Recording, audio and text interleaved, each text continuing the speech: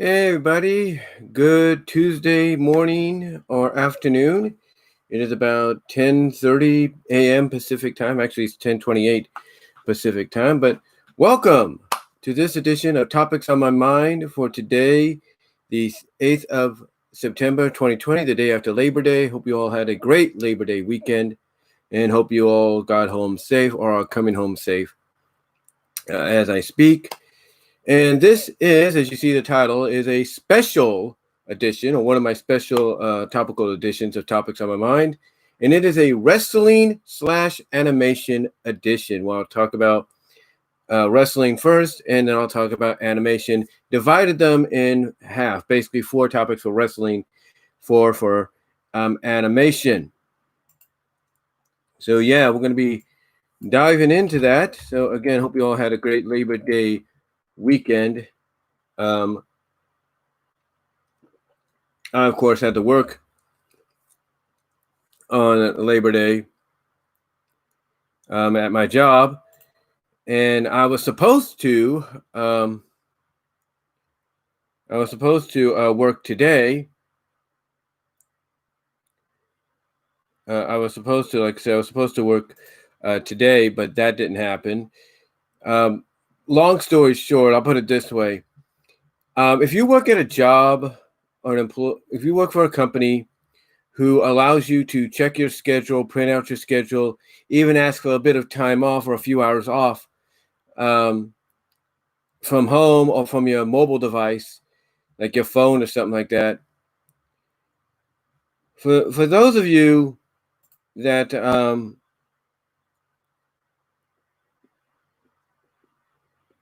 what I was trying to say, okay, for those of you that have that ability like I do, you'll probably understand that sometimes having that ability causes some hiccups. Like I said, long story short, today I was supposed to work 11:30 to 4. That might still change or happen in a little while. I'm not really sure. And like I said, my job, like I'm sure a lot of you would probably understand, gave me and my fellow associates the ability to check our schedule online, either from our computer, like what I'm using right now, or our phone or our tablets, whatever. Well, it also allowed us the ability to request time off. Basically say, hey, we're going to be off this day, or we need this day off, so because we're not going to be there, or because we need just a mental break or something. And usually, most times, if nothing's really going on, nothing major or significant, we will get that day off. Now, that's cool and everything, but they also they also give you the ability to ask for a few hours off or a few minutes, due to the fact that something else may come up. Like if you need a few hours off, it's due to maybe you have a doctor's appointment you got to go to, or if you're a parent, you got to go and attend a PTA meeting for your child at school, or you got to be part of your child's introduction, if your orientation, at the school, whether it's kindergarten, preschool, you name it. Well, they allow us that ability, but like I said, apparently some bugs need to be worked out in the long run, because again, to get to the point, I was supposed to work today 11:30 to 4. I know that the bus I take, which is the 11 o'clock bus, usually gets me to my job by 11:45, 11:47. And I know that when I go in, I have to not only clock in, but then I have to wait about a minute before I go to the area on the computer that I can go to at home or on my phone or similar on my phone, and basically punch in my protected PTO for 15 minutes because of the 15 minutes I lost. And usually it's approved right then and there by the system. So you would think by doing that at home and basically, in a sense, making your job aware that, hey, I'm going to be there, but I'm going to be late by 15 minutes, that they would acknowledge, okay, we'll approve that and we'll see you at work. You would think by doing that from the comfort of your home, on your laptop or on your phone, that things would be okay. You'd still be able to go to work. That didn't happen. Instead, what happened is they gave me the 15 minutes off, but then they decided to give me the whole day off. And not just today, but Friday as well. And there's a couple of reasons I can understand that. One, we've been hiring some new people, and they've been basically literally doing on-the-job training. They haven't been going through tests, CBLs as we call them, or anything like that, pathways, whatever. They haven't been doing any of that really because of what's been going on with this pandemic. So they've been basically rushed out to the floor almost, where they would basically shadow people, get an idea of what's going on, wait till they're given their codes or numbers to utilize so they can go and do their job that they've been hired for. Well, that's one reason to understand it. But still, when you go onto your thing and you're just telling them, look, I just need a few minutes off because I'm going to be late, but I will be there. That doesn't mean you basically say, oh, let's just give them the whole day off.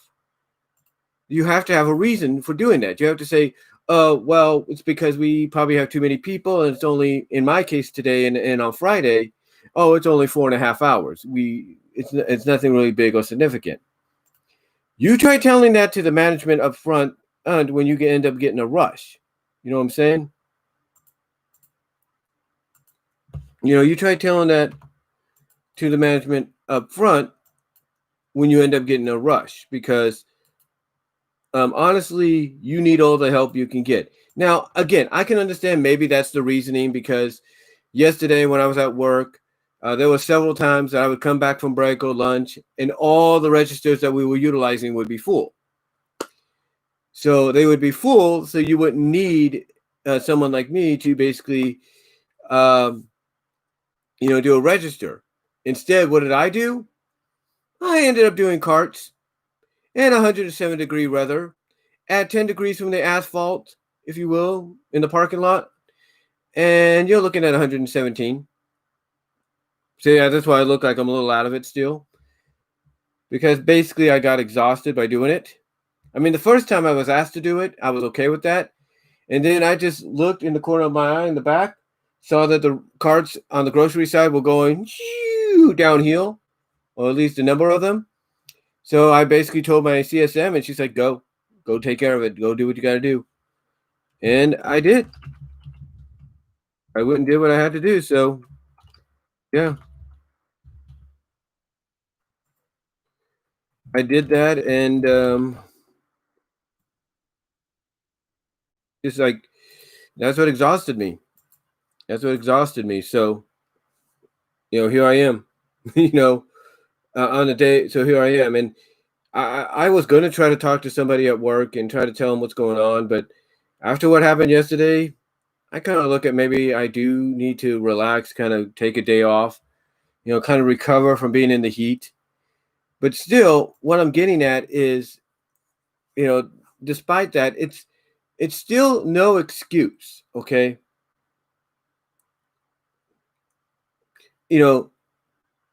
It's still no excuse, if you will, to basically, it's still no excuse. What I'm trying to get at is it's still no excuse, in my opinion, to basically not work or not operate the system you've been given correctly. If you're going to work and operate the system you've been given correctly, then do it. Don't end up, utilizing it and then doing something that makes you look bad. And that's essentially what this kind of a system does to any of the people that are responsible for running it. You're making yourself and the company look bad by basically saying, oh, you want your 15 or you want your 30 minutes off because you might be late or you got something to do? No problem. We'll give you that. But you know what? We'll also give you the whole day off too. It's like you can't do that. What you need to understand is when somebody's asking you, in my case, that, hey, I'm off. I'm going to be late by 50. I need 15 minutes off because I'm going to be late. Or I need to PTO 15 minutes because I'm going to be late. It doesn't mean, oh, let's just, let's just give them the whole day. I mean, it's not that I don't appreciate it or anything like that. And again, I can understand maybe it's because we have a lot of people, but still, you need to work out the bugs. You need to work out the kinks when you're going to do something like this. Doesn't matter if you're a multi-billion-dollar corporation or one of the biggest retailers in the world. It doesn't matter. If you're going to utilize a system like this, make sure everything is on the up and up. Make sure you're on the up and up, and that you understand when somebody requests 30 minutes or 15 minutes off because they either got, or a few hours off because they're going to be late, or they got a doctor's appointment, or something else has come up. Don't assume that means they want the whole day. Just look at that and say, oh, okay, they need that time off. Okay, no problem, because they're still going to come in. Don't assume they want the whole day. Don't just say, oh, okay, we'll give them the 15 minutes off, but we'll also give them the whole day. No, you look at that, you say, oh, okay, this person requested 15 minutes off, but they're still scheduled to come in. They're still planning to come in. Okay, no problem. We'll give them the 15 minutes off, and we'll see them at work when they get here. That's what you need to do. That's what you need to do. You need to utilize it and realize, okay, this is what they want. This is what they're asking for. As I adjust my laptop there. But this is what they want. This is what they're asking for. And they're still going to come into work. So, okay, fine. We understand why they're doing this. And that's it. That's it. Don't assume. Don't assume, ladies and gentlemen. Don't assume, it means they want to be paid for just 15 minutes, but they also want the whole day off. No. Don't assume that. Don't assume that. What you need to do is basically make sure you have everything in order and that you realize, when somebody's asking for a few hours off, half hour or 15 minutes, that does not mean they want the whole day. That means they're going to be coming into work, but they just need time because they have other things coming up, or they have other things scheduled like appointments and all that, or they're going to be late because they have to take a certain mode of transportation to work.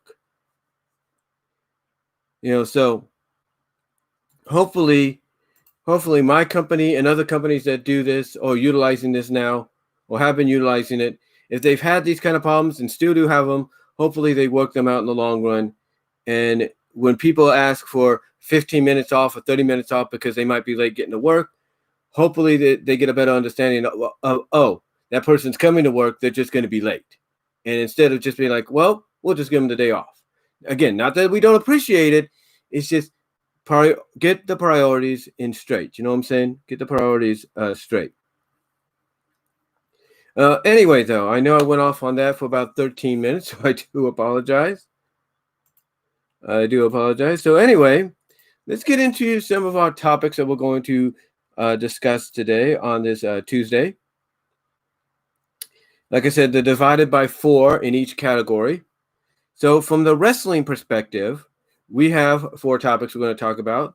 1, we're going to talk about the Sasha Bayley story and how far WWE will go with it. Number 2, we'll talk about the Retribution angle moving primarily over to Raw for now, and when we will see them unmask. Then number 3, we'll talk about how Contra Unit of MLW, Major League Wrestling, probably being one of the best stables in wrestling right now and why that is. Then number 4, we will talk about whether or not the Dynasty stable, which is also part of MLW, will show up in AEW soon to aid MJF. Let me reread that. The 4th topic in the wrestling side of things is, will the Dynasty stable show up in AEW soon to aid MJF? That'll be interesting to look at. And then when we get to the animation portion, the 4 topics we'll talk about is this. Number 1, from the animation side, will we see the Lustful Melt gag in the new Animaniacs reboot when it debuts in November? Yes, that is a good question, as I just adjust the camera here for a second. There we go. Hold on for a second. Let me look at something. And hello there, ZTails327. Just adjusting the camera a bit. There we go. Maybe hold on for a sec.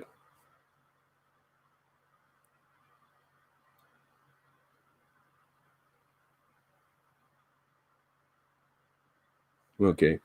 Just making sure, guys. Just making sure everything is on the up and up here. Yeah. There we go. Just making sure everything's on the up and up. But anyway, we'll talk about that.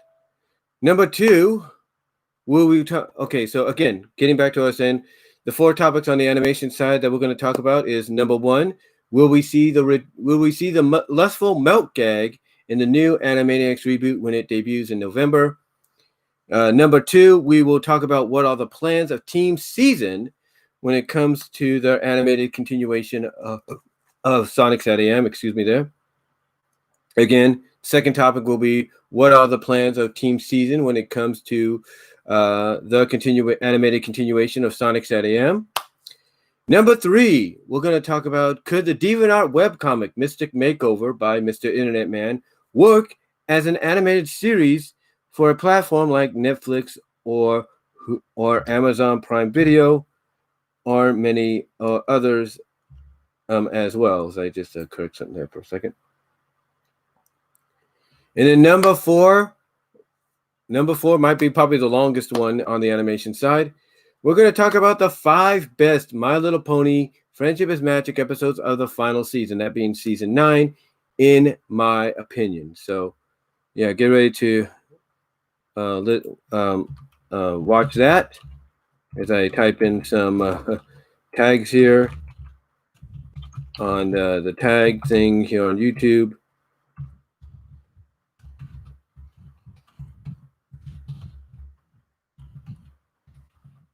Hold on for a second, guys.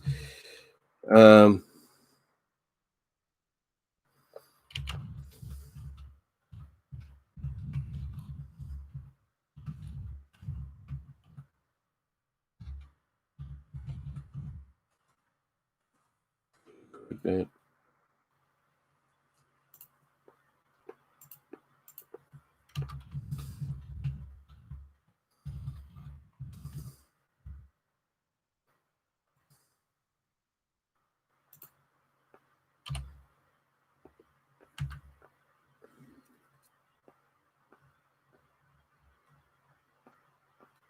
Guys, gonna be a second here. Hold on.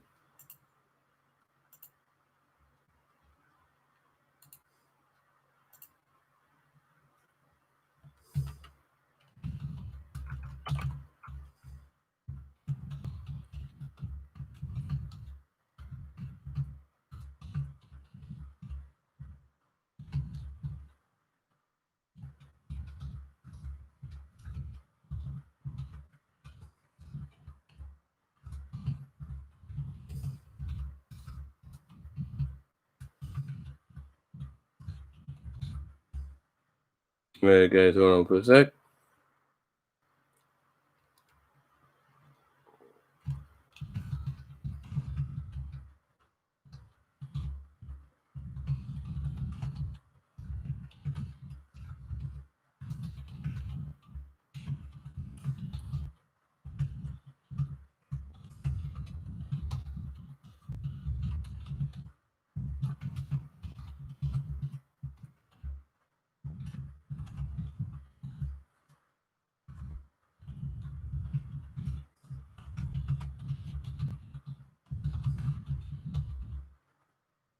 All right, just adding in some topics there.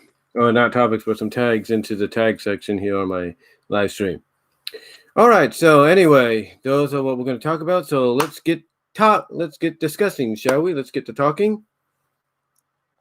And the first topic we're going to talk about as we go into the wrestling portion, the 4 topics for the wrestling portion. The first topic we're going to talk about the Sasha Banks Bayley story and how long/far WWE will go with it. Now, in case you guys don't know what I'm talking about, for the past several months, if not the past year or so, WWE has been teasing basically tension, on and off tension with Bayley and Sasha, not just for this past year, but over the past several years. They came close to finally, I guess, pulling the trigger about a year ago too, when the girls had, I think, a backstage brawl on Raw, but that came to nothing. They just made up or something. I don't know what occurred. I think they made up or something happened. But yeah, they were close. They came close on several occasions of, like I said, pulling the trigger. And hello, Angela. Hello, Swagger Stories. Nice to see you guys in the live stream as well, in the live chat. But like I said, they've been teasing this for like several years, and like I said, last year or so, they came close to, I think, about a year or so ago, maybe 2 years ago. Actually, yeah, about 2 years ago. It doesn't feel that long, but about 2 years ago, like I said, they had a backstage brawl between the two. It looked like they were going to pull the trigger in time for last year's WrestleMania. That didn't happen. And again, it's just been an on and off thing. And now it looks like they're finally going to pull the trigger, because I think primarily it's due to the fact that both ladies are on SmackDown. SmackDown is on Fox, and Fox wants ratings. They want SmackDown to succeed. They want more bang, coin phrase, more bang for the buck, if you will. And I'm assuming Vince McMahon, Bruce Pritchard, and whoever else is in charge on the SmackDown side of things is realizing that one of the potential ratings grabbers and money makers is, the Sasha Banks Bayley feud, rivalry, and culmination into a match down the line. So basically, this past Friday on SmackDown, they finally decided to pull the trigger on finally starting this feud, or reigniting it, and probably going forward with it, because basically what happened is, from the story perspective, Sasha and Bayley lost their tag titles to Shayna Baszler and Nia Jax at Payback last Sunday, and not this past Sunday, but a week ago. And they ended up getting a rematch the following Friday on SmackDown, which they lost again. And what happened is, from a context story perspective, Sasha ended up injuring her kneecaps. Basically, she was going for a running meteora, as they call it. She was going for a running meteora, or a diving meteor, or something like that, to, I think it was Nia or Shayna. And either one of them, I think it was Shayna, moved out of the way, and she just cracked, or just banged her knees onto the LED pole, which is replacing the ring post. It was the LED post is what it is. She ended up banging both her knees into the LED post, and she ended up hurting herself, but she was still able to continue the match. So the injury wasn't real, as they would put it. It was storyline. It was written in from a story perspective. But long story short, both Bayley and Sasha ended up losing. The doctors came to attend to Sasha because she was continuing to kind of sell the injury of her knees. She didn't want their help. Bayley said, "Get off her, let her go out on her own power." And the moment Bayley helped Sasha out to the rings, out to the aprons, just outside of the ropes on the apron, that's when Bayley snapped on her. That's when Bayley decided to take the knife and put it right through her heart, or right through Sasha's back and through her heart and through the front, if you will. Basically, the moment Bayley was helping Sasha out, or letting Sasha leave on her own power, the moment they got Sasha sitting on the apron and she was exiting the ring, like I said, that's when Bayley snapped on her, betrayed her, put the knife to her back, and made it go all the way through her back to her heart, and up and right through her front chest. So yeah, basically Bayley turned on her. She snapped. She started beating the crap out of her. She tried to re-aggravate the leg. She put her head in between a chair and stomped on it from the second rope. And it's played up that she severely injured Sasha, and it's being played up that we may not see Sasha for quite some time. Okay, so where do I go with this? how do I look at this? One, I like the idea that they went this route because you know that she ends up when she ends up coming back, if you will, that whether they're still doing whether or not they're still doing a what's the one I'm looking for? Oh yeah, whether or not they're still doing the virtual audience or they've been given the okay to bring in a legitimate audience. No matter how it's done, no matter how she comes back, she's going to get a massive reaction. Everybody knows that. Everybody knows that Sasha is going to get a massive reaction when she comes back. You know, she's going to get a massive reaction, whether it's social media, online wise, whether they have a bit of a live crowd in there or not. She's going to get a massive reaction. Everybody knows that. And here's the thing though. I hear people like Solomonster, Jason Solomon, or Solomonster sounds off. I hear people like Just Alex 6, formerly known as the Lex Man. I can hear people like OTR Central, the Schleg Daddy. I can hear, Jeff Meacham, Aaron Rift, Good Mic Work. I can hear all these people that I follow here on social media, on YouTube. And I just had a notification there. Sorry about that, guys. But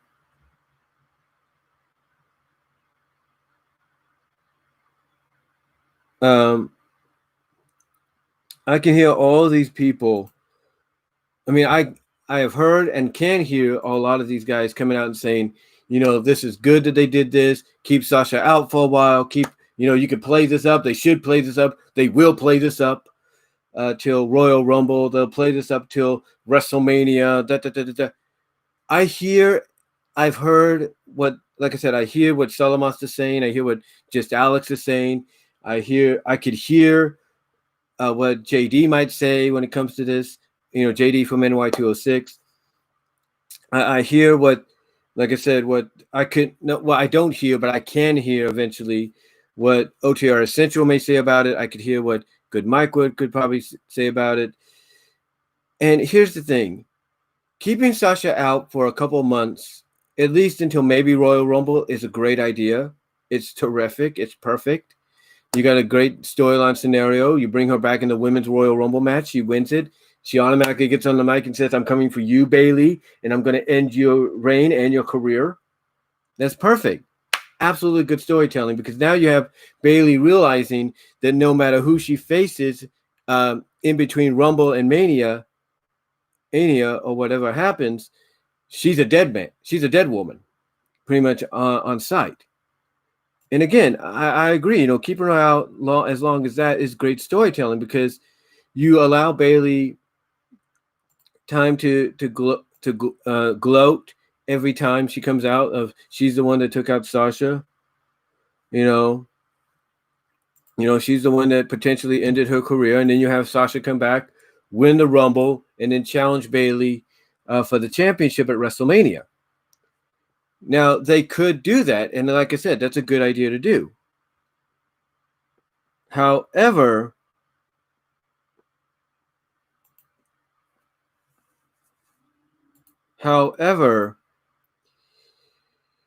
here's the problem, and this is where I'm probably going to get some flack. Here's the problem. As good as a scenario as that is, keep her out. I mean, I heard what Solomon said. I was listening to his a clip from his podcast this past Sunday that he uploaded on YouTube today or yesterday. And I agree, keep her out and up until Rumble or whatever is a great idea. But Jason, with all due respect, man, you, Alex, anybody else that feels that this is the direction they should go in, and perhaps they will, especially if they want to get the ratings up or they want to keep interest in the show, you know as well as I do that's not the case. You guys know as well as I do that Bayley and Sasha is going to happen at Hell in a Cell, and if not Hell in a Cell, it's going to be Survivor Series. And one of those platforms is where Bayley's going to lose the belt, and she will never have it again. You know why? Because that SmackDown championship will be the one individual championship that Sasha wins, that when she defends it, ends it against Bayley in a rematch, she's going to retain and she's going to break the curse. Because I want you guys to think about this. When Sasha was I want you guys to think about this. When you look at NXT in her reigns down there, in her reign as champion down there, and then you look at Raw, what's the big difference? When she was the NXT Women's Champ, she successfully defended her title. When she's on Raw, she wins the belt, then she loses it. No successful title defenses. I believe SmackDown is going to be where she breaks the curse, and she's going to break it by October or November. Not only is she going to win the belt, but she's going to end up successfully defending it. SmackDown is going to be the Sasha show. You know it, and I know it. I mean, I understand how legitimate hardcore fans or analyst fans like those I follow, I understand how they feel like, oh, they need to do this. It'll work better. It'll be better if they do it this way. It'll get more attention. I get that. I understand that. But what you guys don't understand, and you should, and you probably are thinking about this, is, well, this is WWE we're talking about. Okay? This is WWE we're talking about. They're not just going to, let this simmer for so long, especially now you're in the fall season. You're going up against the NFL. You know they're not going to let this just simmer and build for the next several months. No, this part of the year is ratings year. This is everybody say May is ratings month. Is the ratings month in the spring. The fall is the ratings half of the year. And you can't tell me that the WWE is just going to say, you know what, we'll just wait on this until Rumble. Yeah, we'll just wait. We'll just feed Naomi, and we'll just feed Mandy to Bayley. You know they're not going to wait that long. You know that. You know why? Because they have one person in mind for WrestleMania's main event. One person. I'll give you a clue. She's known for a woo. That's right. They're not going to hold off on Bayley and Sasha till Mania. No.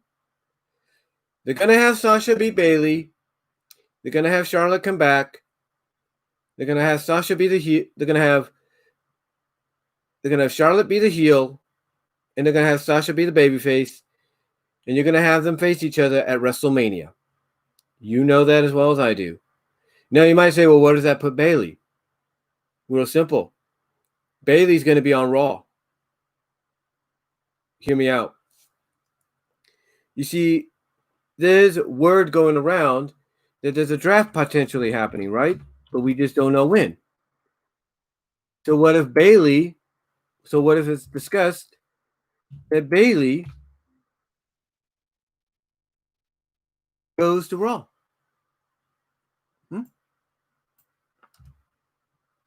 What if it's discussed that Bayley has done all she can on SmackDown? Hold on for a sec.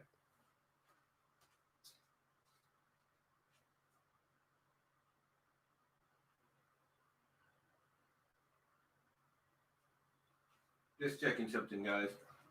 But like I said, let's say the decision is made that Bayley has done everything they could or everything she can on SmackDown. Now they want to send her over to Raw. I would not be surprised if they do that. And that could set Bayley up for a shot at the Raw Women's title at WrestleMania. Or even have Bayley go in as the Raw Women's Champion. Think about that. Think about it. I mean, it makes sense. It makes sense in my opinion. I mean, I get some people may not agree with it, and that's fine.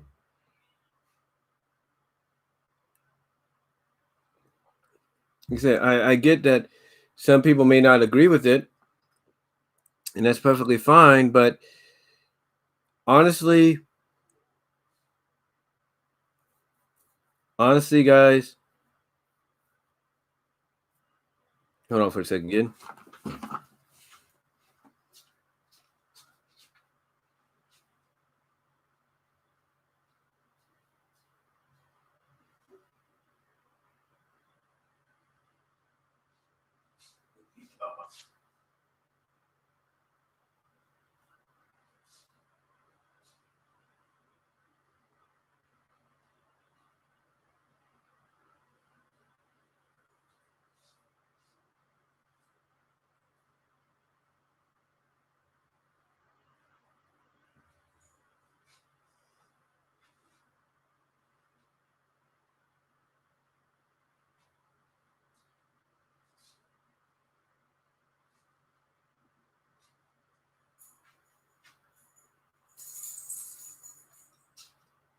Sorry about that, guys. I was just checking something again.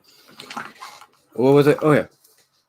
You can't tell me that they're not thinking about that right now. I mean, with the word going around that a draft is going to happen, who's to say Bayley won't go to Raw? And who's to say they won't do the draft maybe after Hell in a Cell or Survivor Series to freshen things up going into Mania? I'm just saying. So honestly, for those of you that think that they're going to hold off on Sasha and Bayley all the way to WrestleMania, you guys got another thing coming because, again, you guys know this is WWE we're talking about. And when they want to pull the trigger on something, they're going to pull the trigger on something. If they want to pull the trigger like right now on Sasha and Bayley, in time for Hell in a Cell and Survivor Series, they're going to do it because they, like I said, they know they're going to go through because if they go through, because they know that if they go through with this draft and they decide, okay, Bayley's done what she could on SmackDown, so let's send her to Raw and have her repeat her success there, they're going to do it. They'll do it. And thus you open the door for Sasha to remain on SmackDown as the women's champ and all new challenges for her, all new opponents. Like I said, you could have her in Charlotte again, but we haven't had that kind of one-on-one match in a while, and put it on something like SmackDown would work. So again, I understand some people hope WWE will make the right decision and keep Sasha off for some time, and I'm totally with you on that. I really am, but honestly, guys, I just don't see it happening. And I think Alex knows this. I think Jason knows this. I think the Schlag Daddy is going to confirm this. I know Greg Morgan of Good Mic Works is going to do this. Is going to say something. I know JD will say, if not already has said something about it. They will look. It's again. I'm not saying WWE won't try for this, but if they want ratings on Fox, if Fox wants those ratings, and you're going into potentially a very competitive part of the year ratings-wise, then they're not going to wait that long. Here's what I think is going to happen. The scenario is they'll have Bayley against Naomi. She'll beat Naomi, and then when it looks like she's about to do the same thing to Naomi that she did to Sasha, Sasha's music's going to hit. Sasha's going to come down, or either come out of the crowd, or come out of the virtual crowd, or whatever, and beat the snot out of her. She's going to beat the snot out of her, and then basically that sets up Hell in a Cell, inside Hell in a Cell, however they get it constructed in there, and you're going to get the match we've been waiting for. And we all know the reason, or we all know the storyline and reason why, Bayley, what was I looking? What was I saying? We all know the reason they're going to reveal about why Bayley has done what she did, or has been acting the way she has over the past year. It's because she doesn't want to be irrelevant. She's afraid that if she loses her belt, it's going to be like, oh, there's Sasha Banks and oh, there's Bayley. That's what she's afraid of. She's going to be back in the shadows. That's what they're leading at. And it's obvious to anybody. It's obvious to anybody. So I don't think they're going to wait. So honestly, even though they could wait, I don't think they're going to wait. I believe, along with everybody else, they may or may not agree with this, they're going to pull the trigger on this match in time for Hell in a Cell and Survivor Series. Because if you're going to do a draft, and it's the potential they could send Bayley to Raw because she's done everything she can on SmackDown, then, then there you go. There you go. I mean, like I said, I know some people may not like to hear that. I understand that. But I think it's very obvious. So honestly, I think that's how far it's going to go. They want to hold off till Mania or at least Rumble. Hey, great. Bigger crowd, bigger reaction. Perfect atmosphere. But they're not going to. They're not going to. You know it as well as I do. I mean, you can have Naomi, you can have Charlotte come and confront Bayley over what she did, and then that leads into a series of title matches for the next few months. Okay, fine. Okay, fine. That's great. And that gives you time to bring Sasha back and put her into that headlining WrestleMania match against Bayley. No problem. Great. Perfect. Problem is, they're not going to wait that long. They're not. And if you got a draft coming up, they ain't going to wait long, period. So I believe the Sasha Bayley storyline, it's going to culminate around October and November, and then we're going to get a draft potentially, if they're still doing it, and Bayley's going to end up on Raw. Guarantee it. Guarantee it. All right.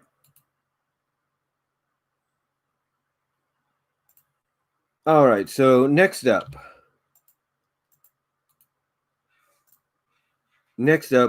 second topic in the wrestling portion of this Topics on My Mind special edition. We're going to talk about the Retribution angle moving primarily over to Raw for now, and when will we see them unmask? Okay, in case you guys don't know, this whole Retribution stable angle, going against the system, being rebellious, wanting to take down the higher ups, mostly the higher power, Vince McMahon and all that. Being, basically wanting to get back for being cast aside during these times. It originally was on both shows. It was across both SmackDown and Raw. As a matter of fact, one of the biggest moments they made was the second time around, was the second appearance, which was on SmackDown, and they basically caused a ruckus. They destroyed the set and everything. But now, apparently, they've been moved primarily over to Raw. Now, I don't know if maybe this is to get attention on Raw or what's going on, or it's just because now they got Roman Reigns back on SmackDown, they don't need Retribution on there as well. I honestly don't know. But here's the thing, and I'll be back right there. Hold on.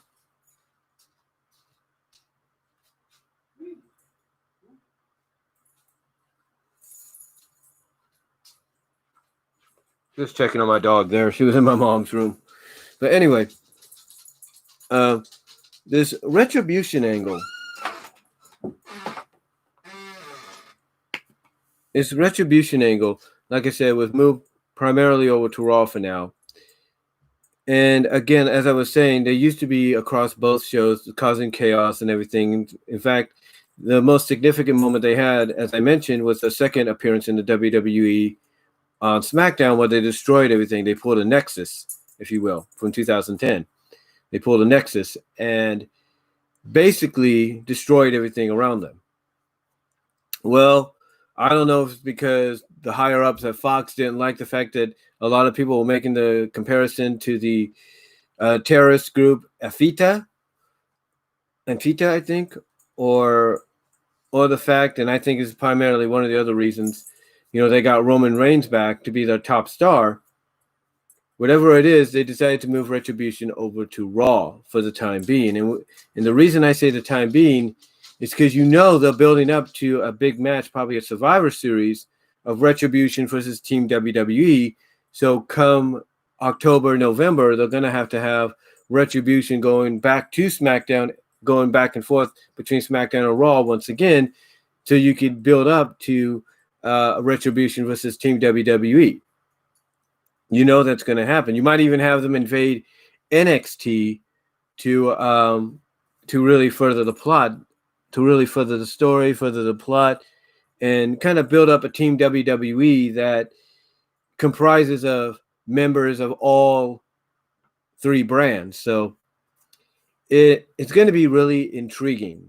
It's going to be, I know I use that word a lot, but it's going to be interesting how they get to that point. But like I said, right now they're primarily on Raw, but I don't think it's going to be for long. I think Retribution they'll go back to having Retribution bouncing back and forth between both brands, maybe even, show up in NXT to, like I said, build up to the inevitable Retribution versus Team WWE match at Survivor Series. Now, as far as when we will see them unmasked, I think the closer we get to Survivor Series in that inevitable matchup, that's when we'll start seeing them slowly unmask and reveal who they are. Of course, storyline-wise, it's going to really connect with certain stars already on Raw and SmackDown. Like, rumor is Mia Yim is one of the members of Retribution, so you know that her on-screen friendship with Keith Lee might be affected by this, and he might wonder why she's doing this.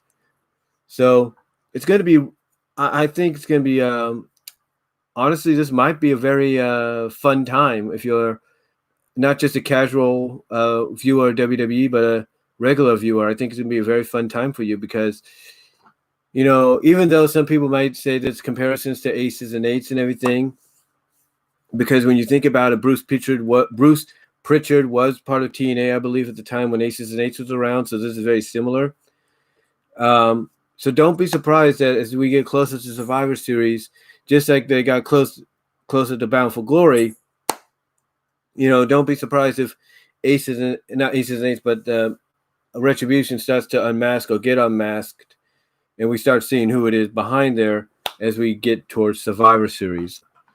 But yeah, I think honestly, the Retribution angle being moved primarily over to Raw for now, for the time being. I think it's only short term. I think that as we get closer to Survivor Series, you're going to start seeing Retribution infiltrate both, not just Raw, but both Raw and SmackDown and probably NXT. I can see them doing that to, like I said, build up the fact that this Retribution stable is indeed a threat to all of WWE, and that by having them infiltrate not just Raw, but SmackDown and possibly NXT, you allow the WWE to build up a team comprising of the best men and women of all three brands to go up against Retribution.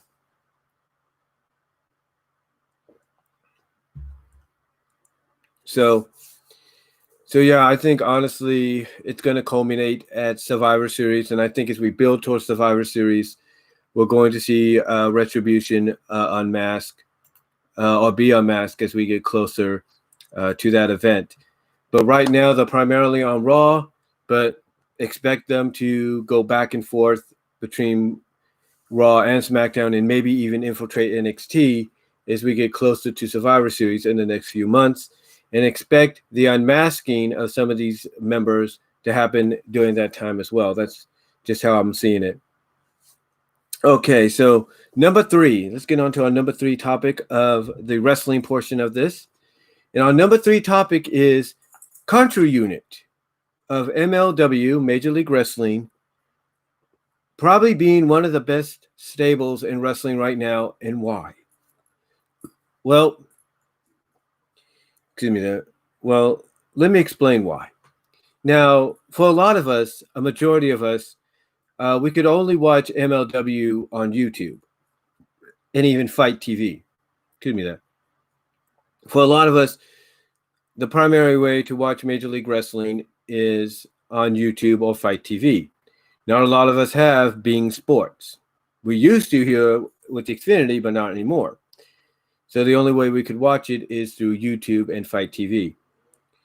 And to me, I hate to say this, I think one of the best parts of MLW, if not one of the best things in wrestling right now, whether you're a major company or a mid-major company or up-and-coming company or whatever, I think one of the best factions right now in wrestling is Contra Unit.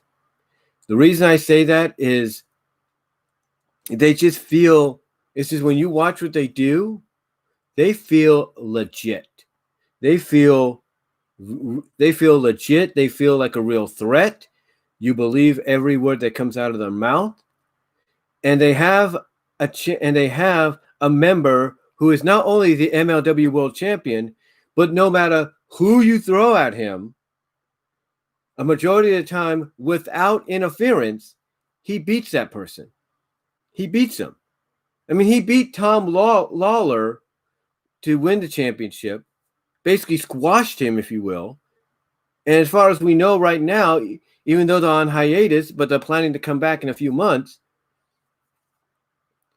their member, the Contra Unit member, Jacob Fatu, who's part of the Samoan Dynasty, Samoan family, which, of course, Roman Reigns is part of, Jacob Fatu is the longest reigning MLW champion they've had, as far as I know. He's held that title for over a year, almost 2 years.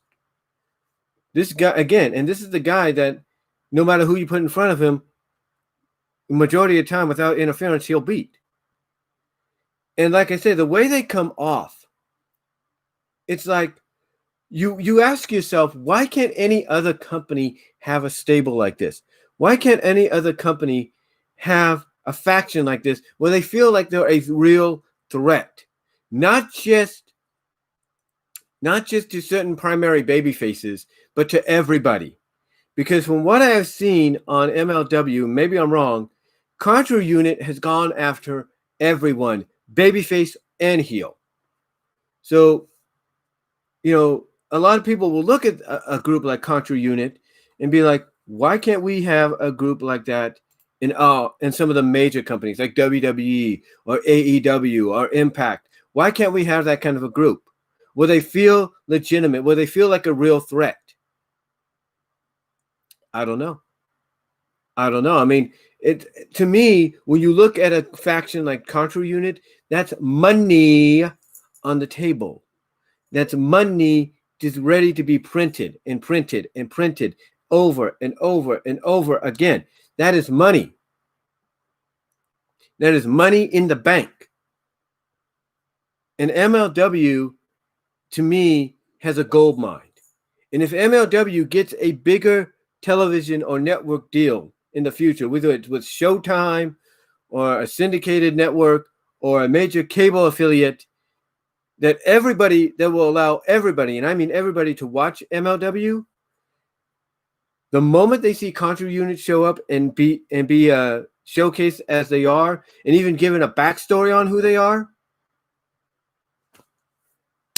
you got viewership up to wazoo, if you know what I mean.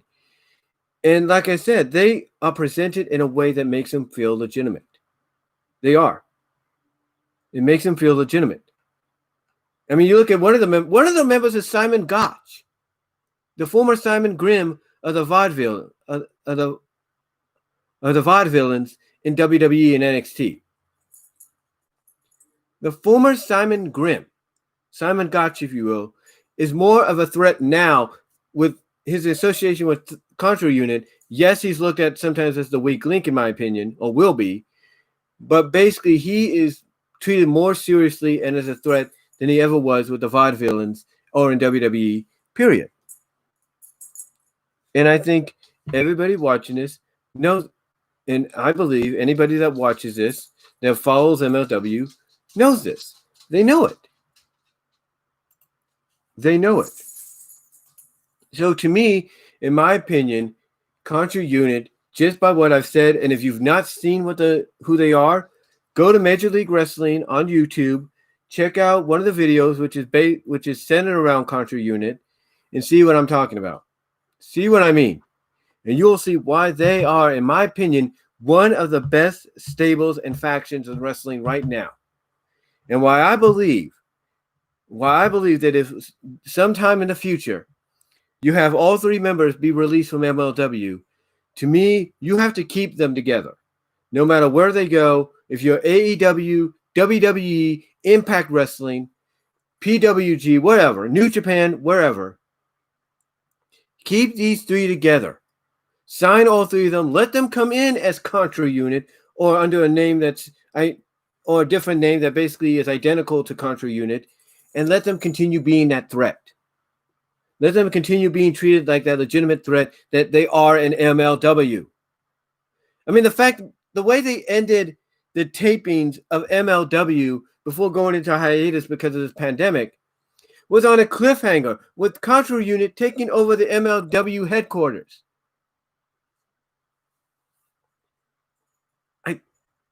I can't to me, if that doesn't showcase how much of a threat, legitimately in story and believably in story, a stable like Contra Unit is, I don't know what does. So to me, Contra Unit right now is one of the best stables in wrestling.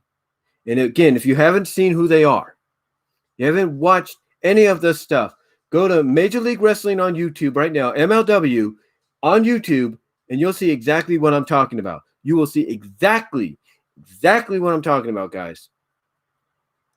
So that's all I can say about that. But yeah, in my opinion, Contra Unit, heel group or not, is one of the best stables today. And you know what? Honestly, maybe it's just me when I was viewing it, but Contra Unit looked like they were winning the fans over. It looked like they were winning the fans over, and when you win the fans over, unintentionally or not, you end up turning your major heel faction into baby faces or tweeners. And that's something that you rarely see nowadays in wrestling. So to me, because of that too alone, Contra Unit is one of the best stables going today. And again, you need to check out, their stuff. Go to MLW on YouTube. Check out their stuff. You will see exactly what I am talking about. You'll see exactly what I'm talking about, folks. You'll see exactly what I'm talking about. Okay, so I'll be right back, guys. I'm going to go check some.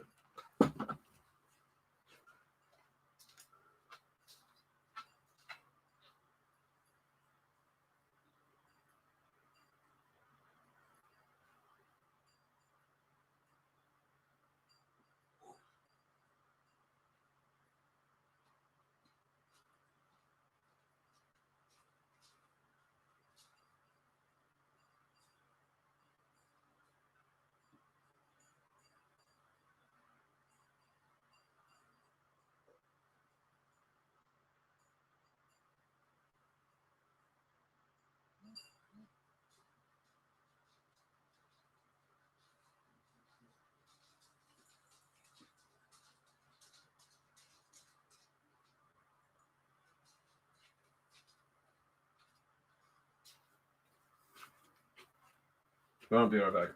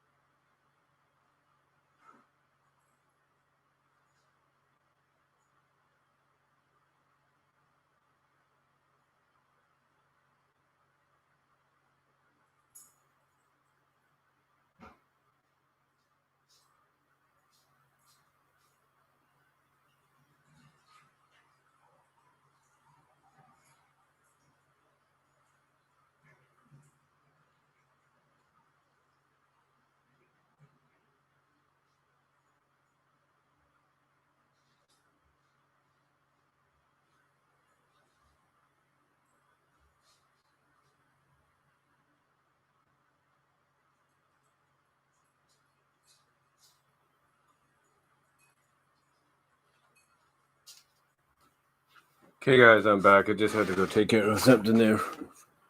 But anyway, like I said, check out Contra Unit stuff on MLW YouTube, on MLW's YouTube page. It is worth watching. You will see exactly, in my opinion, why they're one of the best out there today, stable, faction-wise, no matter how large your wrestling company is.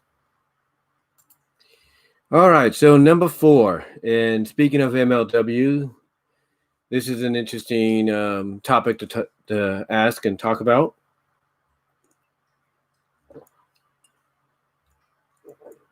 And that is, will the Dynasty stable show up in AEW soon to aid MJF? Okay, so in case you guys don't know who the Dynasty is, again, check out MLW. They are one of the, I wouldn't say, well, they used to be, but then Contra Unit took that over. But they are one of the more influential heel stables out there, if not one of the most hated. When it comes to MLW and even outside of MLW.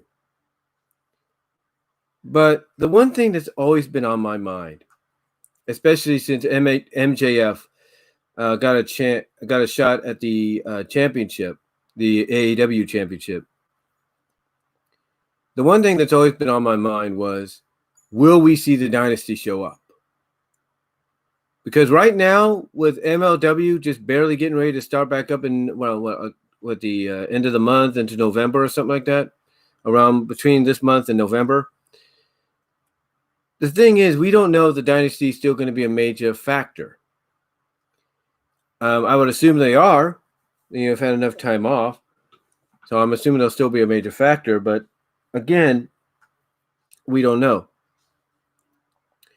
In my opinion, I think the Dynasty's time in Major League Wrestling, is, even after they come back, is short-lived. I really do. I think, honestly, I like MLW. I like what they present sometimes. I like them being like the ECW of, well, one of the ECW-like promotions outside of AEW, Impact, and WWE. I mean, they're kind of like this. The way I look at MLW is, you have WWE, you have AEW, like the WCW, you have Impact, kind of being the Ring of Honor, if you will. And then you have this is what I look at. You have WWE, you have AEW, you have Impact and Ring of Honor, you have NWA, then you have Major League Wrestling. I look at Major League Wrestling as being like, kind of like the rebel of professional wrestling right now. Basically the hybrider. Like, oh, we'll do wrestling, we'll do MMA, shoot fighting, and oh, by the way, we'll also do hardcore. Anyway, like I said, the Dynasty is a major influential heel stable there. Maybe not as big as they used to be, because, like I said, Contra Unit took that top spot. But I think the Dynasty, their time in AEW, not AEW, but MLW, I think their time in MLW is coming to an end. Because even after MLW starts getting back up and doing the tapings again, I think financially you got Alexander Hammerstone, Richard Holiday, and whatever his other name was, the newest member. I think their time in that company is done. I think at the beginning of next year, maybe even at the end of this year, expect the Dynasty to show up in AEW. Not all at once, but one by one. Expect Holiday to show up as a surprise. I mean, what I'm trying to say is, expect Richard Holiday to show up to support MJF. Expect Hammerstone to show up to be a major hitter for him. And expect this other guy to show up as well to aid MJF. So to me, I see the Dynasty showing up in AEW at the beginning of 2021, and if not at the end of this year. Why? Here's the reason why. You have MJF lose to Jon Moxley. You have MJF probably getting ready to split with Waldo. So, what better replacements? And I said replacements for Waldo and even the lawyer Mark Sterling. What better replacements than to bring in your old friends from Major League Wrestling? And I think if you put MJF with the Dynasty in AEW, you will have the group that has been needed. You will have your legitimate stable of dominance, in my opinion. I'm not lying there. You could have your elite horsemen, which obviously they're building towards. You can have your inner circle. You can have your nightmare family. You can have your elite. But in my opinion, ladies and gentlemen, I think this is just my opinion.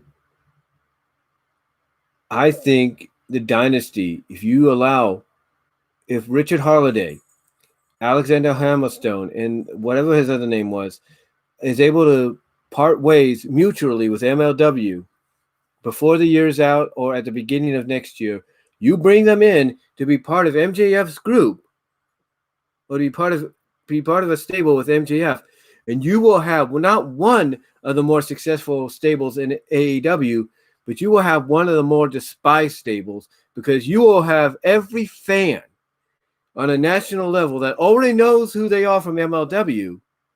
You will have every fan wanting to see them get their ass kicked. And not just by a babyface group or anything like that, but by everybody. You will have people wanting to see them get their ass handed to them on a silver platter. And that, to me, is a recipe for success. A recipe for success. And Tony Khan, if he wants AEW to be watched and be viewed and talked about a lot more than it already is, you get Richard Holiday, you get Alexander Hammerstone, you get that other guy, you bring them in, you have them associated with MJF and maybe replace Waldo, because if they start splitting them up, you're going to, like I said, need somebody to, replace that guy or several people. Then this is the best choice. This is the best option, in my opinion. So, yes, will we see the Dynasty stable show up in AEW soon to aid MJF? Absolutely. I don't think there's any way getting around it. You will see them show up soon. You will see them associated with Maxwell, and you will see one of the more successful and despised groups start succeeding in AEW. And by doing that, you will have people tuning in every Wednesday night, depending on if they stay on Wednesday nights, but every Wednesday night to see that group get the comeuppance. To me, it's a win-win. To me, it is a win-win scenario, and I think any wrestling fan that watches this right now or even listens to it later on knows that I'm right. They know I'm onto something.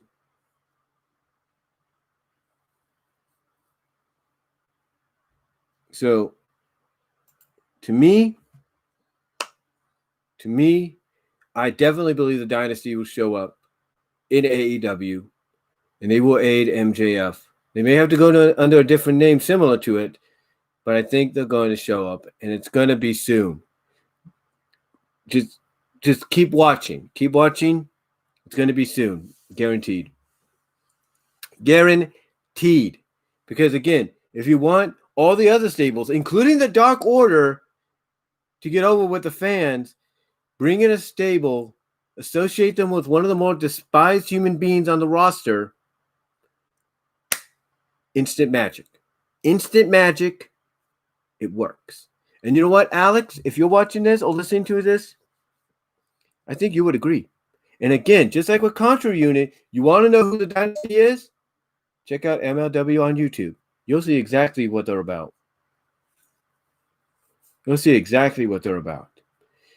Okay. So with that said, So with that said, we're about 70 minutes in. Time to talk about animation. And we're going to talk about animation, 4 topics there. And I'll be right back. Got to take a little bit of a BRB break, but I'll be right back, guys.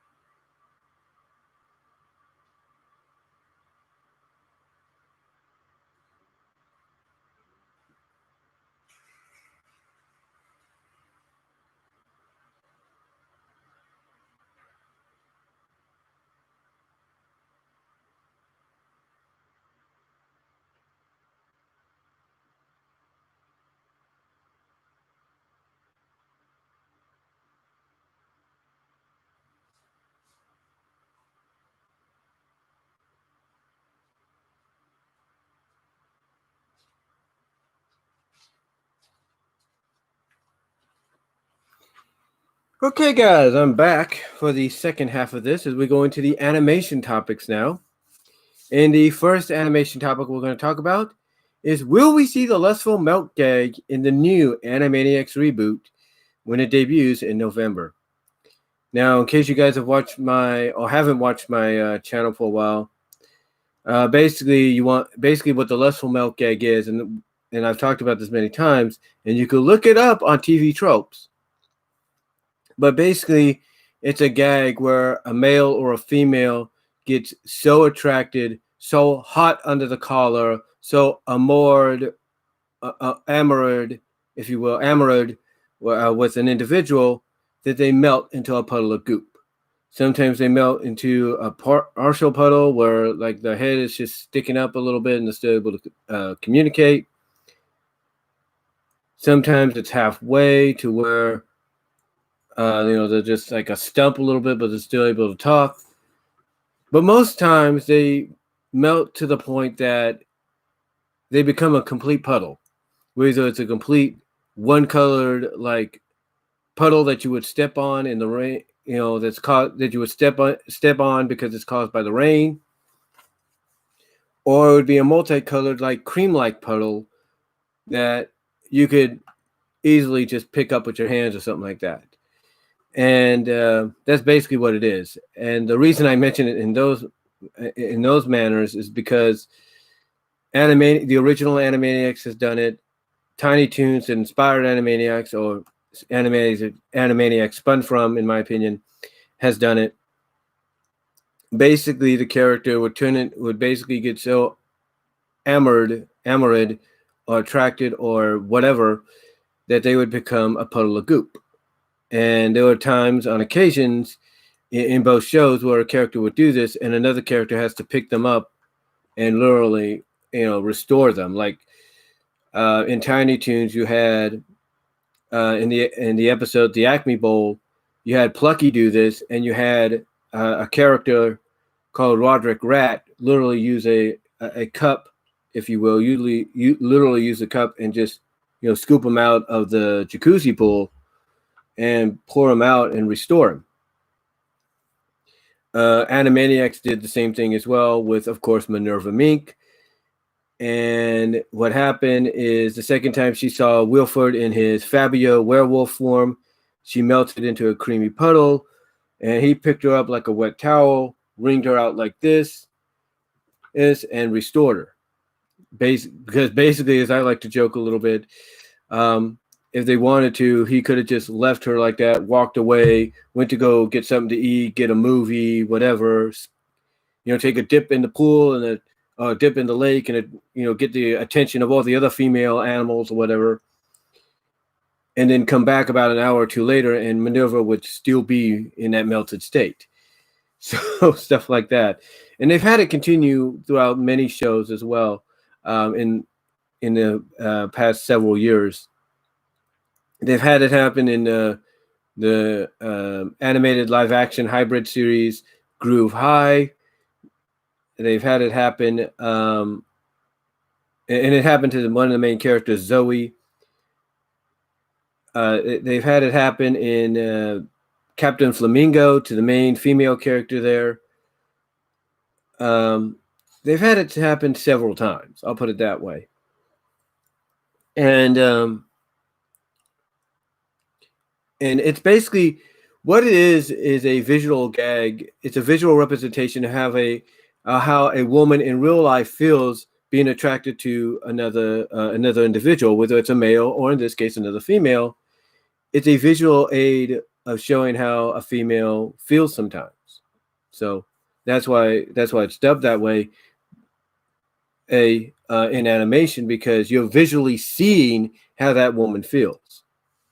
And again, I go back to a scene in the sitcom Major Dad, where the wife of the Major Dad character said, well, they were trying to kind of like get cozy and make out on the bed during a getaway, that she said she felt like she was melting. And again, even though she physically didn't, even though she legitimately didn't, because it's live action, again, it was a metaphor. It was a metaphor, I should say, and that's what the Lustful Melt gag is. It's a visual metaphor of how a female character or a male character feels. So again, will we see that gag show up in the Animaniacs reboot when it debuts in November? Well, if you're going to have a ton of episodes just be available right off the bat on Hulu, I'd have to say, yeah. I'd have to say there's no... I put it this way. I don't think there's any way around it.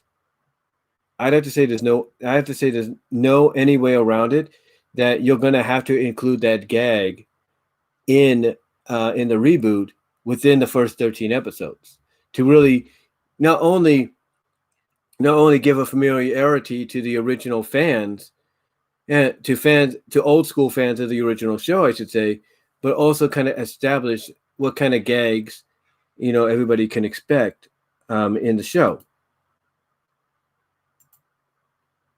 So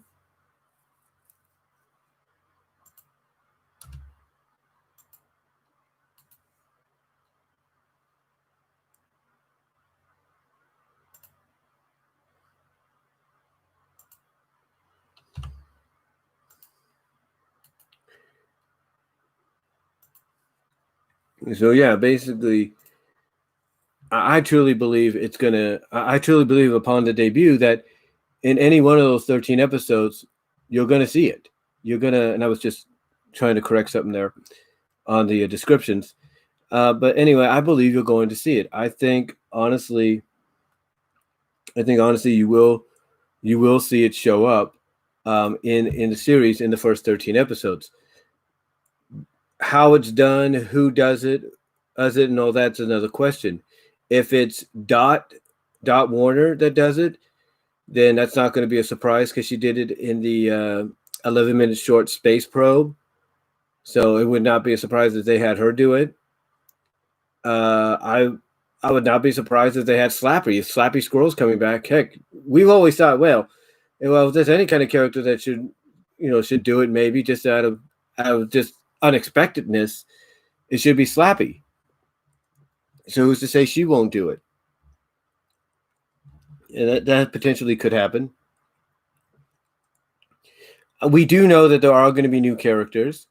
So who's to say one of the newer characters, female or male, won't do it?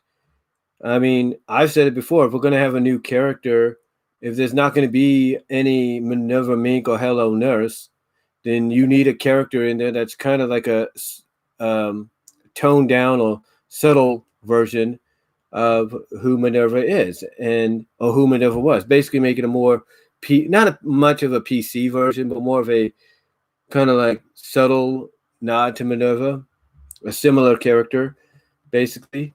So if you're going to have a similar character to her be introduced in the new reboot, then she's got to be the one that does it, right? It's just my opinion. But honestly, I think we will see the Lustful Melt Cake show up in a new reboot. I think it will show up in the first 13 episodes when they debut in November. Again, though, it's going to be a question of who the creators, who the writing staff picks to basically give that gag to. Like I said, is it going to be one of the Warner siblings, like Yakko, Wacko, even Dot? Is it going to be Pinky or the Brain? Who knows? Is it going to be Slappy Squirrel? Who knows? Is it going to be new characters similar to old characters or identical to old characters? Like I said, new characters similar and identical to Minerva? Who knows? But it's going to be interesting to see exactly where and when it happens. Because like I said, if you want to kind of reestablish yourself with the older fans and say, hey, it's new. This is a new reboot. These are new characters along with some of the original characters. But hey, we're going to include eggs as you used to see them in the original. I think the Lustful Melt Egg is one of the directions to go in my opinion. So again, it's just to me, it's just a matter of who they get to do it, and what episode is it going to happen in? Is it going to happen in the first? Is it going to happen in the middle? Is it going to happen in the 13th episode of the first half of the reboot? Who knows? But I have an honest opinion. But I have an honest opinion that I think, well, in my honest opinion, I should say not I have, but in my honest opinion, I think we're going to get it. I really do. I think we're going to get it, and it will be in the first 13 episodes. Where in the first 13? Who knows? Who they're going to have it done to? Who knows? But I know we're going to get it, and I think it will show up. And as the series progresses into the next season, I think we'll see it even more so. I think, honestly, this is my opinion. I believe, honestly,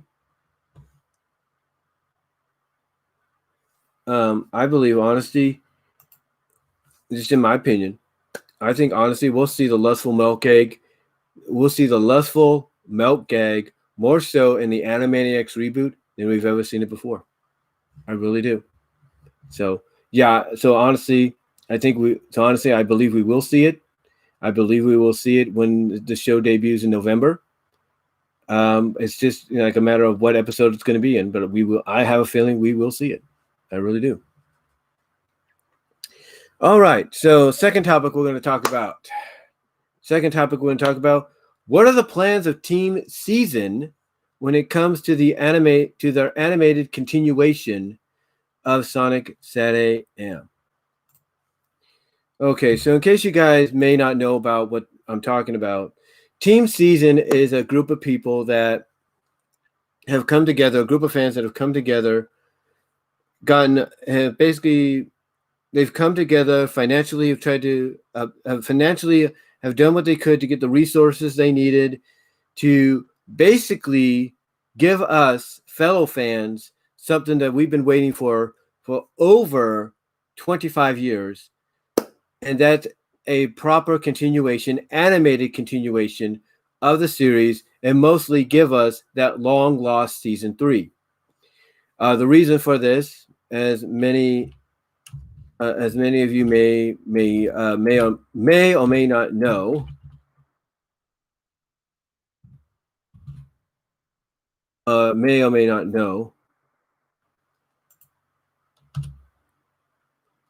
basically, the original series.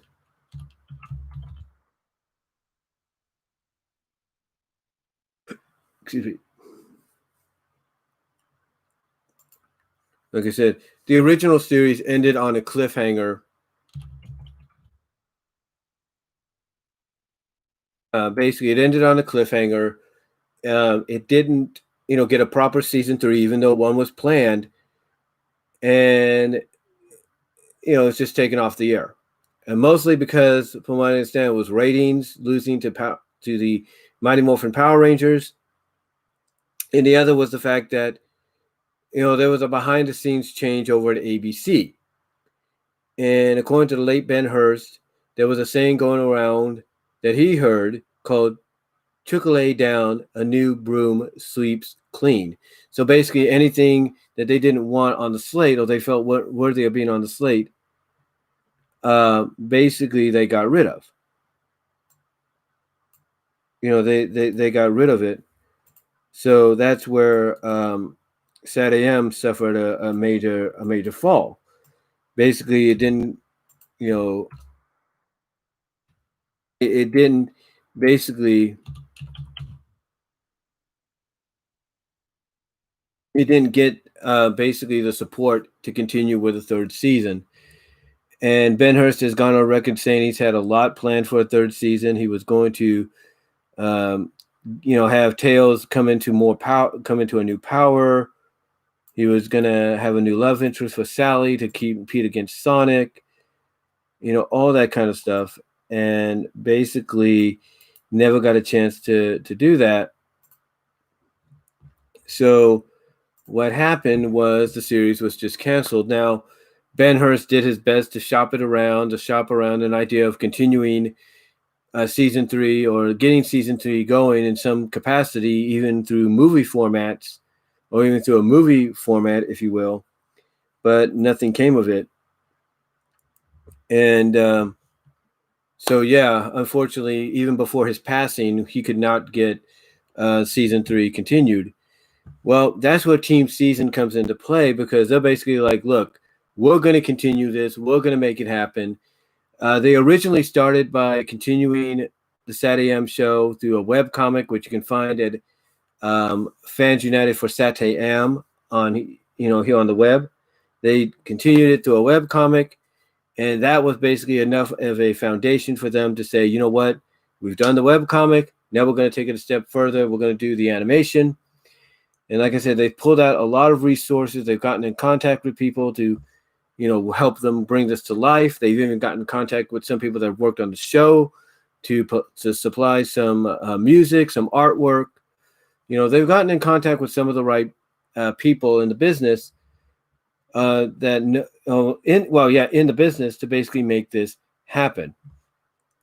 Now, as far as I know, the plan is to release it on the internet, of course. Right now, the plan is to get it out on YouTube, because if it's a success on YouTube, there might be a chance that maybe Sega will get Sega's attention, and maybe that'll get a platform like Netflix and Hulu and whoever else to look into it for future distribution. Easy for me to say. For future distribution. So yeah, it honestly, that's basically what Team Season is doing, and that's what the plans are. The plans are basically to continue the show, continue Sonic SatAM, continue it in the way that hopefully in their minds, Ben Hurst intended it to be continued, and basically go from there. And like I said, I think one of the plans is to eventually get this on is to get the first episode on YouTube, and then if it's a success, it gets momentum. Hopefully, maybe it gets the attention of Sega, and Sega's like, okay, we'll put this out there, for people to see. We'll put this out there for people to see on a bigger platform, whether that's Netflix, Hulu, maybe Disney Plus, who knows. But yeah, basically that's the plan by Team Season. That's what they want to do, and I think they're off to a good start. They've already supplied us with plenty of sneak peeks, behind the scenes stuff. They've even brought out a few animated clips, finished animated clips to kind of give us an idea of what we're in store for. and some of them look right on looks spot on to what you saw in the series. So in the original animated series. So so they're on the right track right now. They do, like I said, they do release a lot of stuff to kind of give us an idea of what the progress is. They release work in progress scenes. So, like I said, it looks like they're on the right track. And I cannot wait, honestly, as someone that's been a fan of Sonic SatAM for as long as I have. As a matter of fact, I have the poster I made of the cover of the complete series DVD set. I'm looking at it right now. I cannot wait to see this, see the finished product, or at least see the first finalized episode when it comes out, or when they get ready to release it, because it will be, I believe, it'll be definitely worth the time and effort to watch, because they're putting a lot of time into this. With everything going on right now, I don't know if it's giving them more time to really get it done. But yeah, I think it's going to be a great thing. I think it's going to be really good. I think it's going to be a really good and great thing that they're going to be able to share with us, in the near future. And I cannot wait to see where they go from here. Again, I think one of the major plans, in my opinion, that they hope to accomplish, one of the goals that is that if the first episode is a big enough success and a big enough hit on YouTube or wherever they put it, that it gets the attention of Sega, and Sega realizes, okay, maybe there is something to this. Let's help them out. Let's get it distributed out there, but on a bigger platform. Like Netflix could be the distributor, or Amazon Prime could be the distributor, or wherever. So, or even Disney Plus or Hulu. So who knows? But yeah, that is basically the plans. The plan is to basically finish the third season, get it finished, get it out there. And if that's all they do, then that's better than nothing. And I think, honestly, that's their main goal. If they're able to, get season 3 out there, get all the episodes they need complete and everything, and it becomes a success, they get more help, they get more backing, whatever, then than they have now. And like I said, and they're able to just get this whole thing done, that even if it's just this one season and nothing else, I think that's going to be a huge accomplishment for them, because basically that's their main goal. Their main goal is to basically finish what Ben Hurst had started, and give the series a proper conclusion, in my opinion.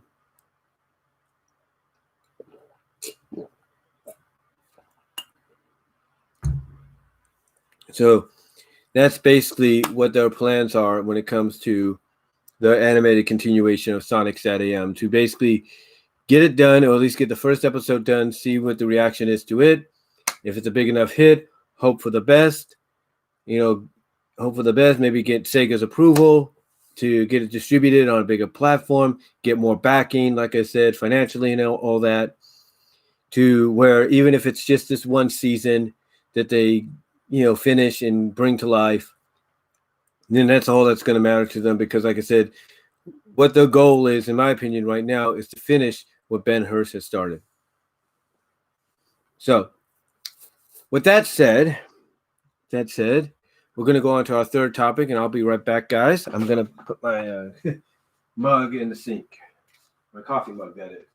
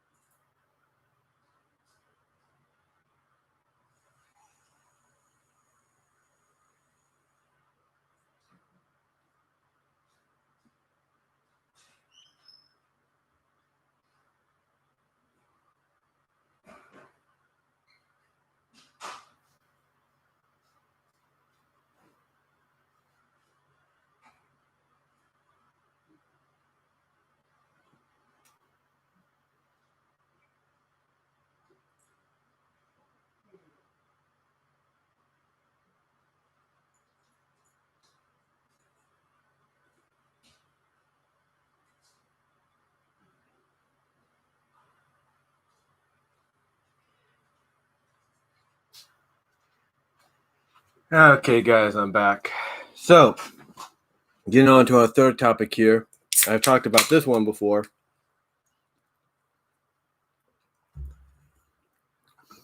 But it's a good, legitimate question to still ask.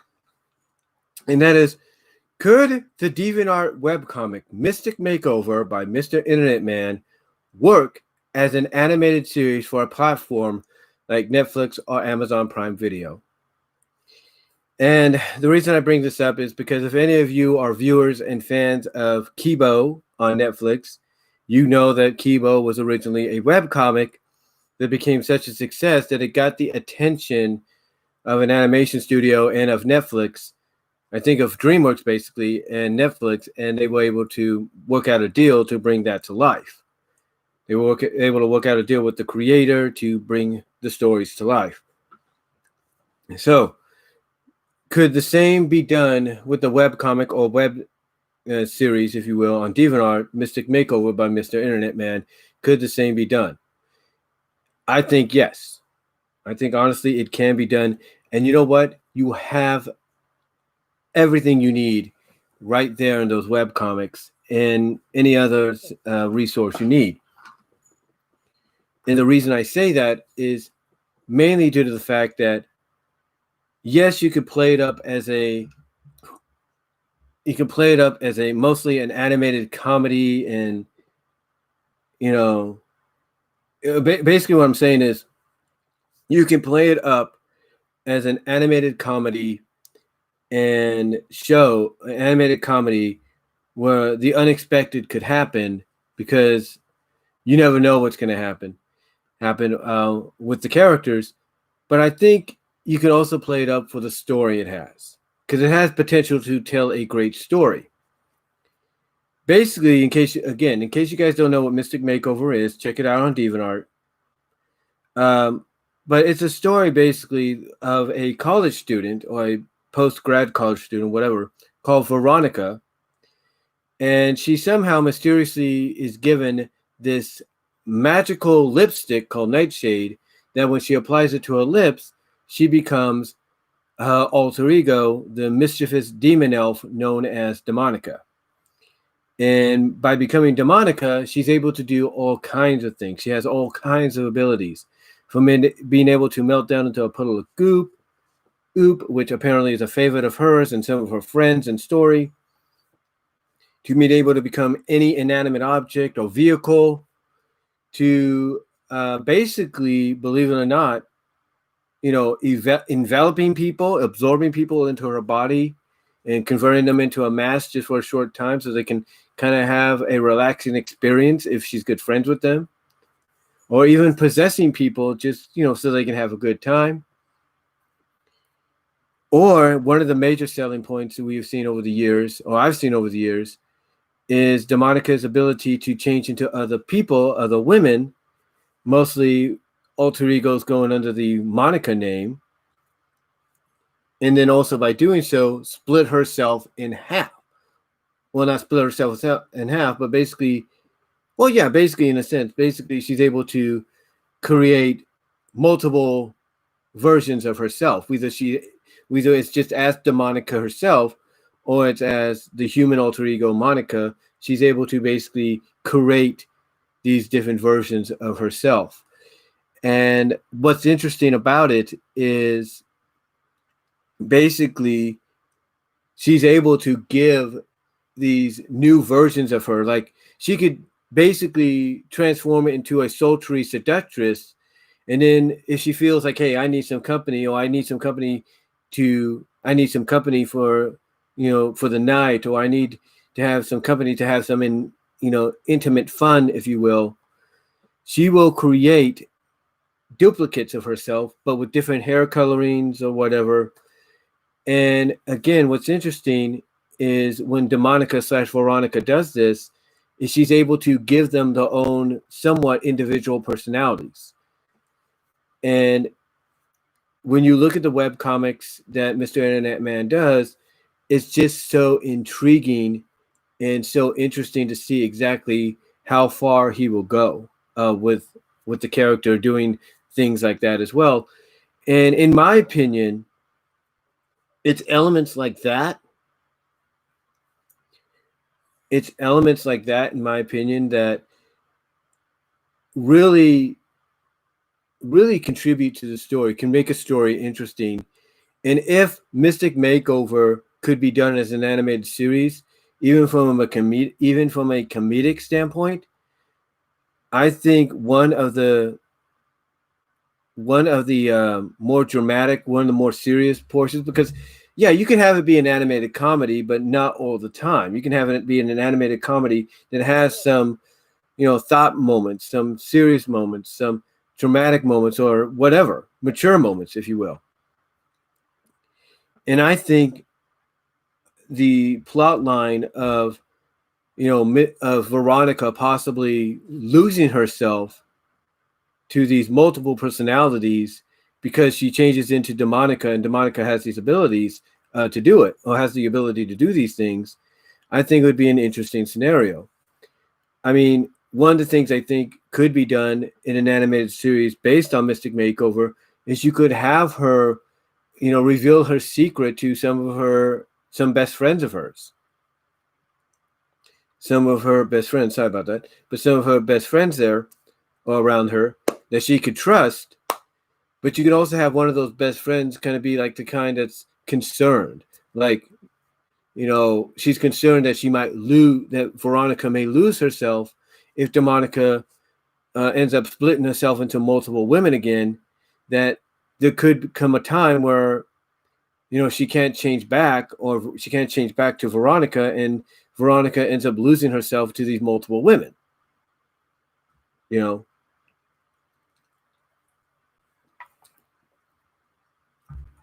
It's one of those situations, or one of those kind of scenarios. And I know some people have said, and I know some people might say, well, we've seen that kind of stuff before, Brian. We've seen that kind of stuff before. And you're right, you have seen that kind of stuff before, but I think honestly, it's the kind of story element, or plot twist, or plot developments, character development, story developments, or whatever you want to call them, that works. Because you have one character that's trusting her friends with her secret, and you have one of those friends basically kind of be worried and concerned that, hey, you sure this is a good idea? Because, there could be a chance that one of these days you'll do this as Demonica, and you may end up losing yourself. And what's interesting is they could bring up something as well, because one of the things that Mr. Internet Man has done, and I've mentioned this before, is he introduced a character named Rebecca, who has the same abilities, has the same has the same kind of power given to her, where she applies a lipstick and she becomes the demon elf, her version of a mischievous demon elf called Exotica. And there's a web comic that he did where both of them fused for like the second time, but the second time they fused together, they gave way to a more dominant personality called Angela, who is basically very self-absorbent, only about herself and this and that, basically very narcissistic, as Mr. Internet Man once described her. So you can add in that element as well. You could have the friend, once you introduce maybe Rebecca into the story down the line, in a future episode or something like that, you could have the friend basically acknowledge to both Veronica and Rebecca, or even Veronica period. You could have her say, hey, remember when you fused with Rebecca and made yourselves into Angela? You remember how dominant she was and how long it took for you guys to kind of get back to normal, or kind of, have the effects of her wear off on you even after you got restored? That's what I'm afraid of. That if you allow Demonica, or you allow yourself, Demonica, to do that again, you could end up losing yourself, and there would be no more Veronica. So I think story elements like that could really, in my opinion, take the Mystic Makeover series in animated form to an interesting level, because you could rely on all the transformations. You could pay homage to all the transformations she goes through, the meltdowns and all that. But to me, the one, and you can keep it primarily as a comedy, but you still need to have those moments in there that are a bit dramatic, a bit serious, and do give a development to the characters in the story itself as well as the plot. So I think something like that could really benefit an animated version of Mystic Makeover. But do I think it could work as an animated series on a platform like Netflix and Prime Video, Amazon Prime Video, or Hulu or whatever?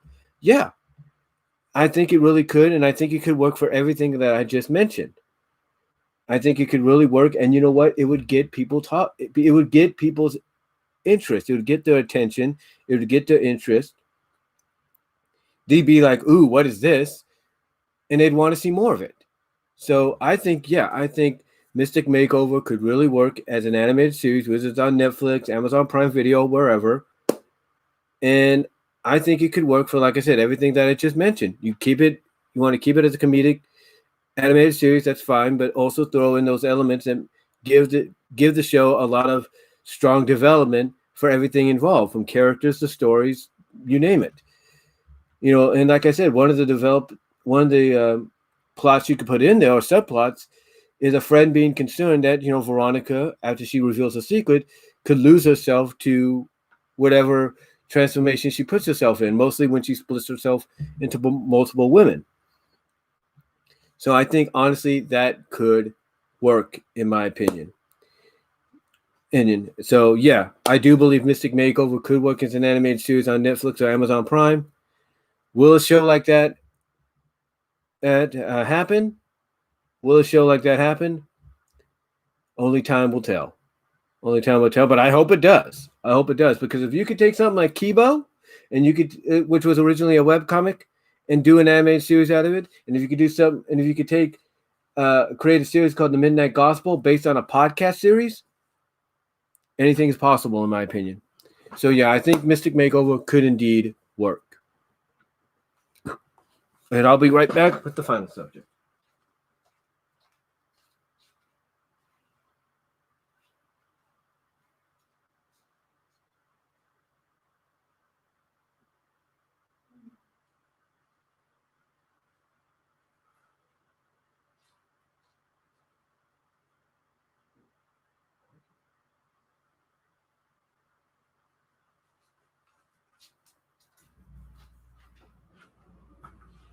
Okay, guys, back with the final subject here, final topic. This might be the long portion of it. But number 4, the final topic in the animation portion of this Topics on My Mind, and overall on this entire Topics on My Mind, what are the 5 best My Little Pony Friendship is Magic episodes of the final season, in my opinion? Now, before I answer that, someone by the name of Nathaniel Hansock asked me, what do you think about who will voice the new characters in the Animaniacs reboot? Also, who is your favorite character from Friendship is Magic? Well, the new characters, I think they're gonna get some stars in there. I think they might get Kristen Wiig maybe for the character that may be similar to Minerva, if they have one. And I think they're gonna have to get, if he's still working, they're gonna have to get Jeff Bennett, I think.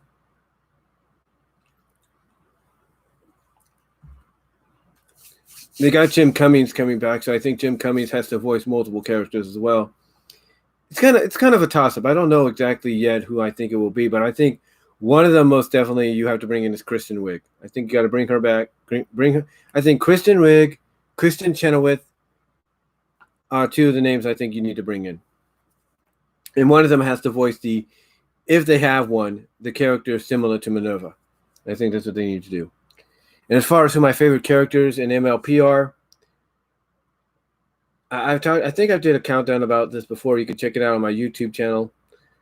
But honestly, the 2 characters right off the bat, the top ones are the ones that got me into the series, and that is Luna and that is Rarity. The ones that come in afterwards, Applejack, Twilight, Celestia, those are the ones. But honestly, I got to go with, if I was to look at a top 5 character-wise, again, I think I did a video on that, check that out. But if I was to look at the characters primarily right now, whether they're the same or not, it's Luna, It's Applejack, it's Luna and Rarity, the ones that got me into the series. And then, of course, Applejack, because of the way she gets portrayed at times. Twilight and Celestia. That's my opinion. So anyway, getting on to the final topic here, and that is the 5 best MLP My Little Pony Friendship is Magic episodes of the final season, in my opinion. A funny story before I get into this. I tried to do this the other day with my digital voice recorder. Didn't have the time to do it because by the time I was getting into it, that's when my mom came home from work. I mean, not from work, but from my sisters. So yeah, I just couldn't. I didn't have a chance to do it. So I'm gonna do it here. And if I section this off as its own individual clip in the future, look forward to that. But in my opinion, these are just 5 of the best in my opinion. The final season. The first one at number 5, to me, has to be Dragon Dropped. I mean, as much of a Sparity fan as I am, which is short for Spike and Rarity, I thought this episode was good. I thought it was funny, but I will agree with people like Voice of Reason that, you know, the way it portrayed Rarity was not good, if you will. It wasn't really good, but, you know, I think basically when you look at Dragon Dropped, and I've talked about this before, I believe the creative staff knew what they were doing. They knew that fans supported the ship, but they couldn't just, but the thing is they couldn't just outright come out and say, yeah, this is going to finally, settle the love story between the two and it's going to get them together and all that. I think what they did is they worked around it and did what they could. I mean, even Thespio himself in his at the screening collab with Voice of Reason, for this episode and for most of season 9, he basically saw it as well. He basically saw through the metaphors, if you will, throughout the episode. He could see exactly what the creative staff was alluding to when it came to Rarity and how she was reacting to Spike. Like basically Rarity started to realize that, hey, the knight in shining armor she's always wanted, boom. It's been right in front of her the whole time, and now she's at risk of losing him, although she completely misunderstands the fact that, all Spike is doing is just being Spike. He's making a new friend, and a friend that he has something in common with. So, yeah, I will agree that Rarity could have been portrayed better, but to me, I believe it was a decent send-off. It was a decent send-off to the Spike and Rarity's to the Spike and Rarity story arc in this in the animated portion of the show. I think it could have been done better. I think it could have been done a little bit better. I mean, obviously, like I said, they don't want to throw in the fact that, Rarity's now realizing she's in love with Spike because now he's suddenly going around with this other girl, Gabby, the Griffin. And it's like now suddenly that side of her is like Cupid's all of a sudden going, hitting Rarity right in the heart and making her realize, open your eyes, as Tempest would say, and see the knight in shining armor that you might be losing. So, yeah, to me, I liked it. I liked the episode. Again, it may have not portrayed Rarity at times in the best light. I mean, usually when Spike makes a new friend, Rarity's cool with it, but for some odd reason, it was Gabby the Griffin that all of a sudden it's like made Rarity be like, okay, I'm not about to lose this dragon. I'm not about to lose basically her love to someone else. So yeah, though I liked it, and I like the fact that it still kept the door open for Spike and Rarity's Sparity, because the ending is what a lot of people are going to remember. Yeah, they may have not liked, like I said, the way Rarity was portrayed at times. They did appreciate that she did make an effort to make up for what she did, but the ending is what a lot of people, in my opinion, are going to remember, because Spike does show up. Because here's the thing, they could have easily ended the episode with Spike and Gabby flying off, and Rarity walking off to the caves or to go get Pinky to go to the caves and all that, and that's it. After the apology and everything, but they didn't. They basically had Spike show up at the caves, kind of, explain to Rarity that he and Gabby had a good time, but then say the line that he did, which is, "But I always want my Rarity time," by holding out his hand for her hoof. And it's like if you're a fan or kind of in the middle or not a fan, you're like, so what are you getting at? What are you trying to say here? Because when you look at Rarity's expression when he tells her that he and Gabby had a good time, it's that same smile she has throughout the episode, kind of that almost jealous-like smile. But then when he said, "But I always want my Rarity time," it goes into that very sincere smile. And then, of course, you have Pinky say what she said to kind of make the illusion of, oh, okay, there is something there more than friendship now. So yeah, I thought it was good. And again, it does open the door, keeps the door open for Sparity to happen later down the line. And as implied, as much as people may not like to agree with it, it is kind of implied that something did occur between the coronation and the future timeline that we see in Last Problem. So, just my opinion. But again, I think Dragon Dropped is a good episode, which is why it's at number 5. Number 4. Number 4, I have to go with Go Into Seed. Number 4, like I said, I got to go Into Seed, which is the last centric Apple family episode. But I like it because, again, one of the reasons Applejack has become a favorite of mine over the past few years is she is relatable. Applejack, in my opinion, is very relatable. The fact that she doesn't believe in this great seedling, which is kind of like I guess you could say, an official MLP version of Daga, who's also an MLP fan, and Brony, and whose OC is a deer or a reindeer. Excuse me. But yeah, I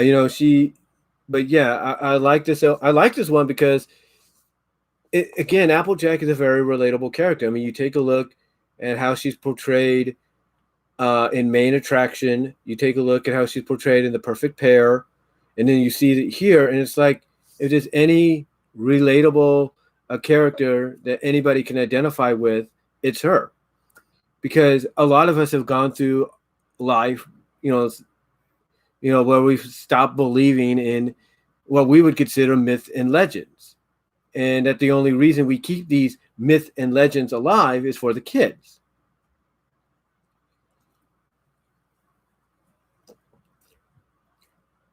But there are times that even the kids, well, not the kids, but there are even times where we as adults don't want our kids to believe in such nonsense. And that's what you kind of get with Applejack at first, to where, because she used to believe in the great seedling till one of her traps failed and she fell into it. Basically, she doesn't want Apple Bloom to have that same disappointment. It isn't until a lot of things start to become unusual, where a lot of the apple trees that they're harvesting, the bucking, if you will, for the season, are becoming more bare and bare and bare. And you start seeing these patterns of apples lying in the road or in the trail or on the road, in the dirt road, that Applejack starts to get that childlike enthusiasm back of believing once again in the great seedling. And she goes off with Apple Bloom to finally try to capture the elusive beast. But yeah, overall, besides that, I liked it. I liked the bonding between Applejack and Apple Bloom. I thought it was nice and sweet.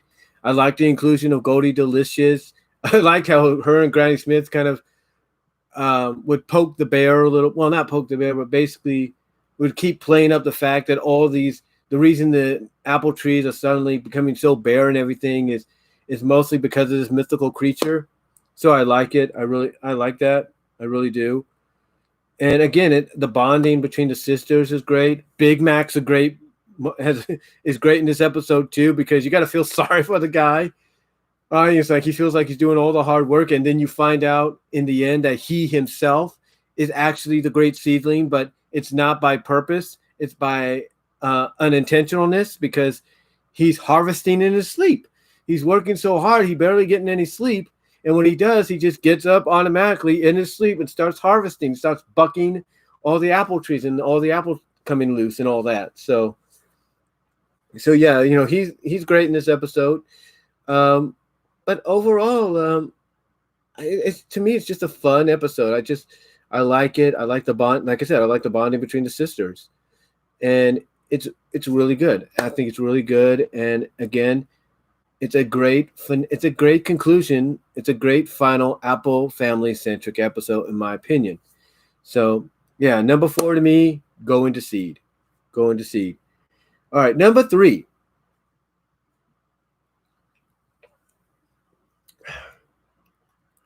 Number 3, in my opinion, has to be episode 200, Sparkle 7.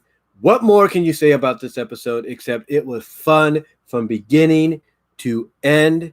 It was just great. I like how the characters were portrayed. I like the building of the sibling history between Shining Armor and Twilight.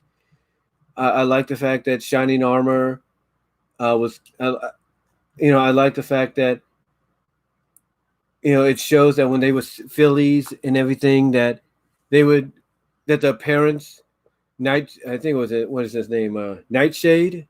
I think, I'm not really, whatever. That the parents, Twilight, Velvet, and I think Nightshade, I think that's his name, would, you know, give them would go that traditional route that a lot of parents went through with their kids, and that's the gold star route. That, hey, if you did this, you did that, you did that, you get a gold star.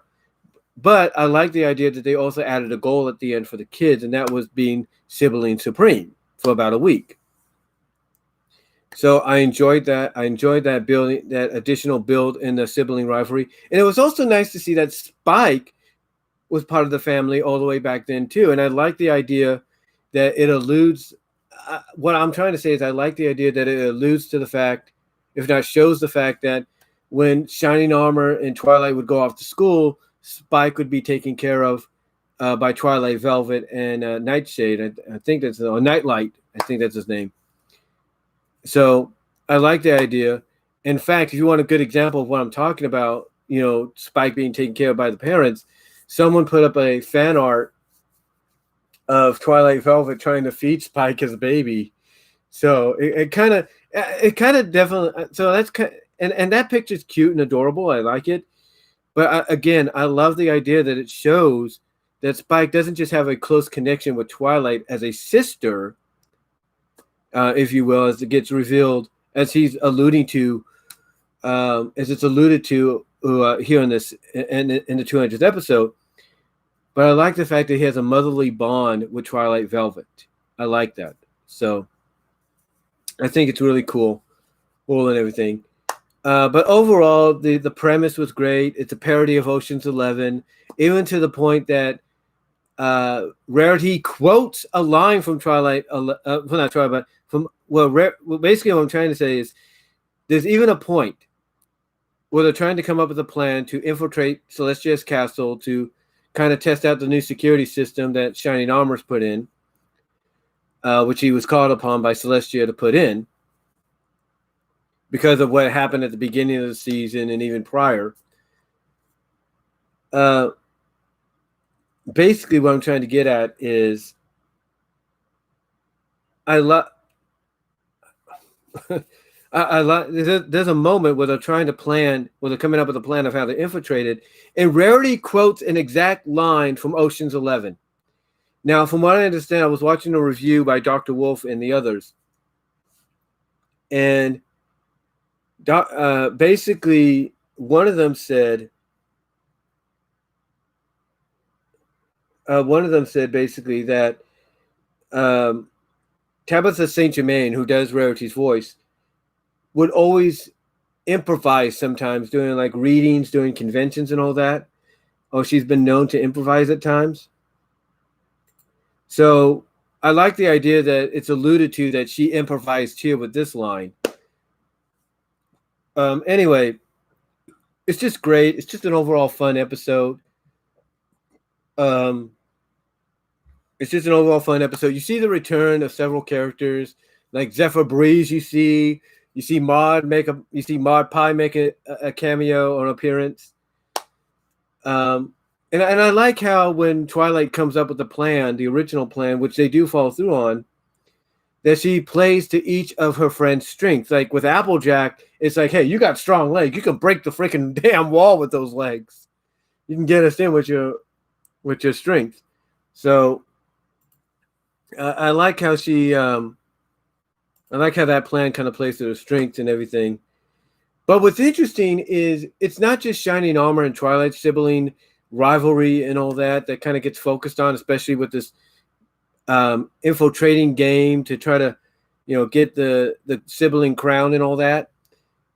I like the fact that it also plays into the sibling rivalry.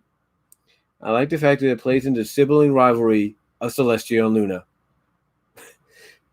Because Luna is like, she's looking at this whole plan by Celestia and to put in the system by Shining Armor. And Luna's like, yeah, I don't know about this kind of deal. And Celestia is just too stubborn to listen to reason, if you will. So I like the idea that Celestia. So I like the inclusion of the sibling rivalry here. But there's a lot of good moments in here. You got Rainbow Dash, I think, as Thespio Dalwilsonator said in the same review with Dr. Wolf and Lightning Bliss and Josh Scorcher, Firebrand. I like how Thespio pointed out the fact that when Rarity basically got Rainbow Dash dressed up to kind of distract Zephyr Breeze, that she looked like Megara. She looked like Meg from Disney's Hercules. So that was kind of cool. That was kind of a cool Easter egg I think they threw in there. But overall, it was just a great episode. And another thing I liked about it is how Shining Armor knew. I even said this in my review that I did last year for it. I liked how Shining Armor basically knows Twilight, like the back of her head, like the back of his hoof. He knows his sister and how she thinks. I mean, this is alluded to in Best Gift Ever. It's alluded to in Best Gift Ever when when Shining and Cadence enter the kitchen at the Friendship Castle because they've come from the Crystal Empire to spend family time with her, with Twilight. And when Twilight explains why she's been so distracted and hasn't been able to spend the time she's promised with the family, I like how Shining Armor, after him and Cadence laugh about it, and it's not like a cool laugh, it's more of a laugh and like, oh, you got to be kidding me. Are you serious kind of deal? I like how Shining Armor basically just calls her out and says, let me guess. You wanted the gift to be so perfect and you wanted the gift to be so perfect that you went all Twilight Nanas, didn't you? And I love how Twilight kind of tries to deny and say, like, I didn't go Twilight Nanas. And then Shining just gives her a look like, like, hello, this is me you're talking to, and then Twilight's like, okay, maybe a little Twilight Nanas. You got to taste it. And that's from Best Gift Ever, and that's where we kind of got a taste of it. I think we got a taste of it in earlier seasons too, but I like how we got a taste of it more in the Best Gift Ever. And we see it even now in the 200th episode, to where Shining's like, yeah, I know you all too well. But what I did like, and a lot of people like, was the unexpected twist. And that is how it wasn't Twilight that came up with the plan to succeed, to get the crown. It was Spike. All because Spike wanted to basically be part of something when it came to their family.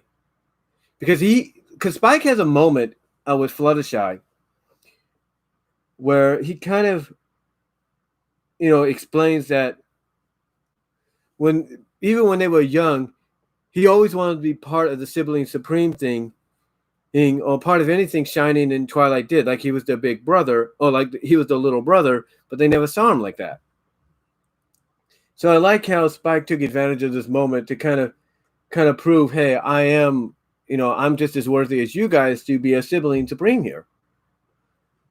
And what's even funnier is I love how when Spike explains and how he did it, he basically says, because the moment Spike reveals that he has the crown, and Celestia and Shining And Twilight, and everybody else is like, "What? How'd you do it?" I love how Spike's like, "Oh, come on, Shining and Twilight. You don't think you're the only ones that have a sibling rivalry? I had a little help." And the camera just pans up, and you see Luna petting a goose or a goose, like a gangster, like a crime lord or a mafia lord. And I love how that plays into the fact that basically Luna understands where Spike's coming from, and this is why she helped him. So and I love how at the end you still tease a little tension between the royal sisters, but I love also at the end how Spike and Shining officially make Spike the overall sibling supreme and acknowledge that he is the little brother.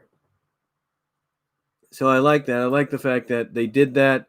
I thought it was cool and everything, and it basically puts to rest any kind of rumors of how people view Twilight and Spike's relationship, because some would view her as a mother figure and all that, but in this case, it's finally acknowledged that it's a sibling thing between them. They're basically brother and sister. The other thing that made this cool too was majority of the episode was written by the voice actresses themselves, as a bit of a thank you to them for providing the voices for all these years and all these seasons. Okay, so number two, speaking of sibling rivalries, between Dark and Dawn. This to me has to be a great episode. It was a great way to go into a mid hiatus. I like the fact that even just for this one episode, they brought in well-renowned comic book writer and story writer Gail Simone, who's mostly been known to write comics like Batgirl and Catwoman and all that. So it was. I mean, I kind of questioned it at first because people did say that there was some continuity, some kind of continuity snubs and all that. But overall, I thought she did great. And the dynamic between Luna and Celestia here, I thought it was perfect. That is perfect because like Thespio, like Voice of Reason, and anybody else that's talked about it, this shows the royal sisters outside of royalty. It shows them being normal siblings. And of course, normal siblings will have a tiff here and there. And I love how I love how it just builds. I love how it just builds between them throughout their trip, the vacation. And it's just good. It's just an overall good episode. I like the idea that we get to see these other sides of them that you didn't think they would have. Like Luna, when they're on vacation, wants to be more relaxed, more like take it easy kind of deal before they do anything exciting. And Celestia is more like, I got to get extreme, baby. I got to feel the adrenaline. I got to feel the rush, So I loved seeing that. And what prompts this basically in the episode is them now suddenly coming to the aid of everybody around them, and basically them acknowledging that when they went and helped at the beginning of the series, in the beginning of the end, part 2, all of a sudden they started feeling that adrenaline rush. They want that adrenaline rush of, hey, this is cool. We can do more of this. This is fun. This is something we need to do. And what's interesting, though, is when I was watching Voice of Reason's and Thespio's at the screening review of this, they kind of acknowledged that being sort of a continuity flub or snub, because if that was the case, why didn't they do this before? It makes them look bad if suddenly now they're acknowledging that they need to get in on the action. But yeah, basically what happens is it gets to the point that Twilight and the rest of the main group say, hey, you need a vacation. It gives me and my friends a chance to see what it's going to be like ruling Equestria. And it just goes from there. I mean, they do go back and forth at times to show how the main six is handling stuff, only for handling certain situations, only to find out that they do need certain help from people that are there to help the royal sisters and all that. When it comes to planning certain events and stuff. So I like how the learning, they're starting to kind of learn and realize, okay, this is how you got to do things if you're going to be ruling and stuff. So I love that part. I love that. And as far as and I will agree with this, Rainbow Dash, Ashley Ball brought her A game when it came to the quick quips of Rainbow Dash here, because Rainbow Dash is like, like when the Royal Sisters first show up to help. Rainbow, and I love this. I love this line. Rainbow Dash sees them helping out, and she's like, "Okay, out of all the times we needed help from them, and they show up for this." It's like basically she's calling them out for the fact that, hey, we've had to deal with Discord, we've had to deal with Tirek, we've had to deal with Sombra, we've had to deal with the Shadow Pony, we've had to deal with Cozy Glow, and all the times we needed help when it came to that stuff, and they decided this is when they want to do it, fighting a giant tortoise. It's just, Rainbow, she just brings her A game to this. But overall, the episode's just great, and I love, again, you have the moment, you have the obvious moments with the sisters, the blowing up, the tension, finally just blowing up, and then finally them reconcile. Easy for me to say. Hold on. You have them finally reconciling, and basically acknowledging why, I guess, there's been a problem between the two. Basically Luna feels like it's just, she just feels like she's in the shadow of her sister. Like it's just hard being that little sister that has to look up to the big sister and be in the shadow of the big sister. But I like how Celestia didn't kind of counter that by saying that's true, but it's not easy being the big sister either. So overall, Between Dark and Dawn, great mid-season finale and a great episode. Just overall good. And now, number one, it's got to be obvious. It's not just one, but it was aired as one episode. It was aired as a complete finale. It's the ending of the end and the last problem. And hold on for a sec. Check something.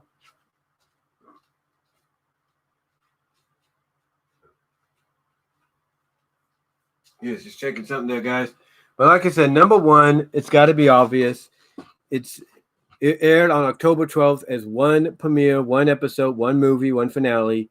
It's the ending of the end and the last problem. Now, I know when it comes to the ending of the end portion, nobody liked the Grogar twist of Grogar being Discord the whole time. I understand that. But I thought besides that and a few other things, it was good. You had some great moments in there. You had some great action pieces. Starlight Crystallis was good. The main six going up against Cozy Glow until Tirek and Crystallis showed up, having her down for the count. Let's see. The reaction everybody had towards Discord. That was pretty good. I think Lost Narrator said it best when doing the Bronies react. She said it best when she said that Celestia, it was about to beat the you-know-what. It looked like Celestia wanted to beat the you-know-what out of Discord. Mainly because, Discord basically didn't have the common sense, if you will, to let them know, or even let Fluttershy know of all characters. I'm kind of doing this because I want to try to reform these guys. But I think from a continuity standpoint, he realized that if he would have done that, they would have said, "Don't you even think about it." But yeah, I love that. I mean, I loved Celestia's reaction towards Discord. It was like, I look at it this way: if they wanted to go a Pinky route a little bit, Looney Tunes route. You could have had Pinky just pull like one of those, what was it, curtains or whatever they're called, silhouette curtains, dressing silhouette curtains or whatever. Just pull that in front, and next thing you know, you hear just all of a sudden you hear this beating, you pull it back, and Discord just falls back down, going like, maybe it wasn't a good idea to not let you guys know at all, or something like that. I always imagine that they could have done that and just let Celestia do exactly what Lost Narrator said. It seemed like she wanted to do. But overall, besides that, it was great. Some great moments, like Starlight helping to free the rest of the main group, the main six, to go find Twilight. And of course, you have to have your moment with Twilight where she doubts herself now and everything, and she's just depressed and everything.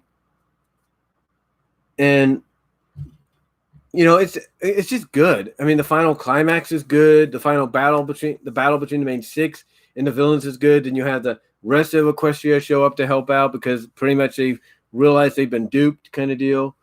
So it's great. It's just a great finale, a great first half of finale, in my opinion. I don't think anything else could top that. And then when you get to the last problem, it's like this is where it really gets a little emotional for a lot of people, because it's the last episode. But the way it begins, I will admit, will throw anybody off track, because it's like, wait a minute, we're doing a time skip? What the heck? But yeah, they do a time skip. And basically, I think if there was one thing that would get criticized by what I'm trying to say is there is one thing that would get criticized by a lot of people when it came to the last problem, is the fact that basically history is going to repeat itself. That we have this new character called Luster Dawn, and she's being set up, as some of the people in Bronies React pointed out, as the new Twilight. Because what is Twilight doing? Twilight's basically doing to Luster Dawn what Celestia did to her.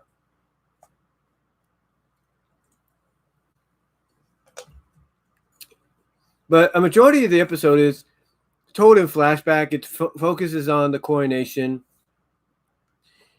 and how Twilight's kind of afraid that the friendship she has with the others is gonna dissolve and everything. And at first it seems like the rest of the main group doesn't really bat an eye at what's going on. Until we get to the moment where Twilight confronts them about why they're acting this way, why they're acting like it's not a big deal that she's leaving. And finally, you get the rest of the main group kind of break down a little bit and admit that they were just trying to be strong for Twilight, that they didn't want to show emotion, that they feel the same way, that they don't want to lose this friendship. And I thought that was, and despite how you might feel about that, it is a very relatable thing that you don't, when it comes to certain moments in life, moving or whatever, transitions, you don't want to show a lot of emotion. And that is, again, very relatable to a lot of people. But basically overall, I thought it was good. I liked the fact, again, the flashback focused on the coronation. The coronation was part of a story that that Twilight was telling her new student, Luster Dawn, when it came to making friends and all that. But then we get to the future versions of the main group, and it's like that really came off as a big surprise to a lot of people, because you see that Pinky has a kid. You see Rarity is a little older. She has silver in her hair. It's implied and alluded that Applejack and Rainbow Dash are an LGBTQ couple. It's alluded to and implied that Fluttershy and Discord are now more than friends. So yeah, that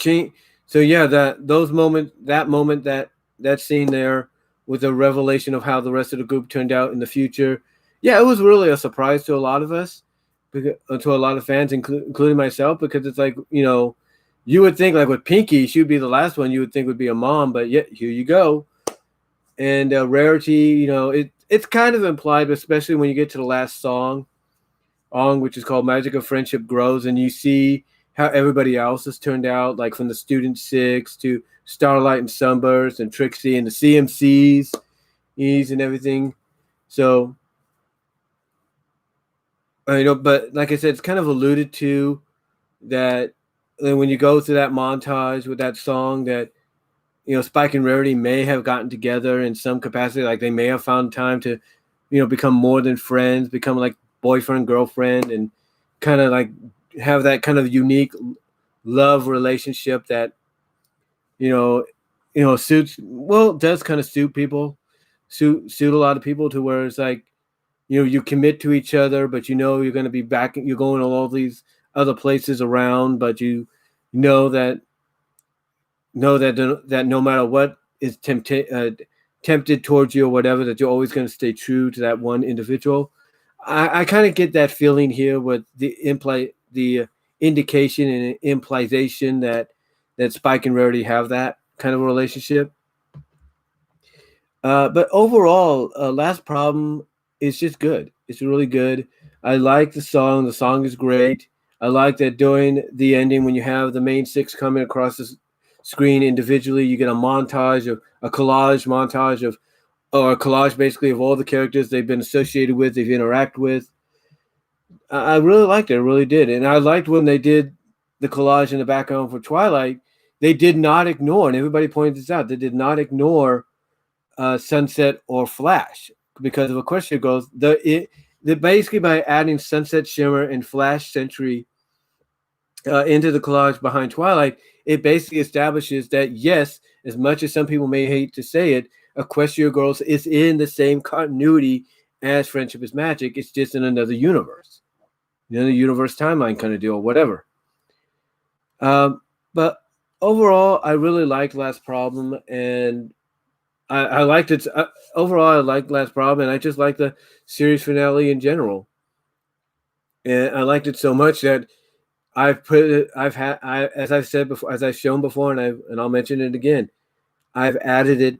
I've basically recorded it, and even DVD burned it to several separate discs, some on its own, and some with various other specials and stuff. So overall, yeah, number one is the ending is the series finale, the ending of the end, and the Last Problem.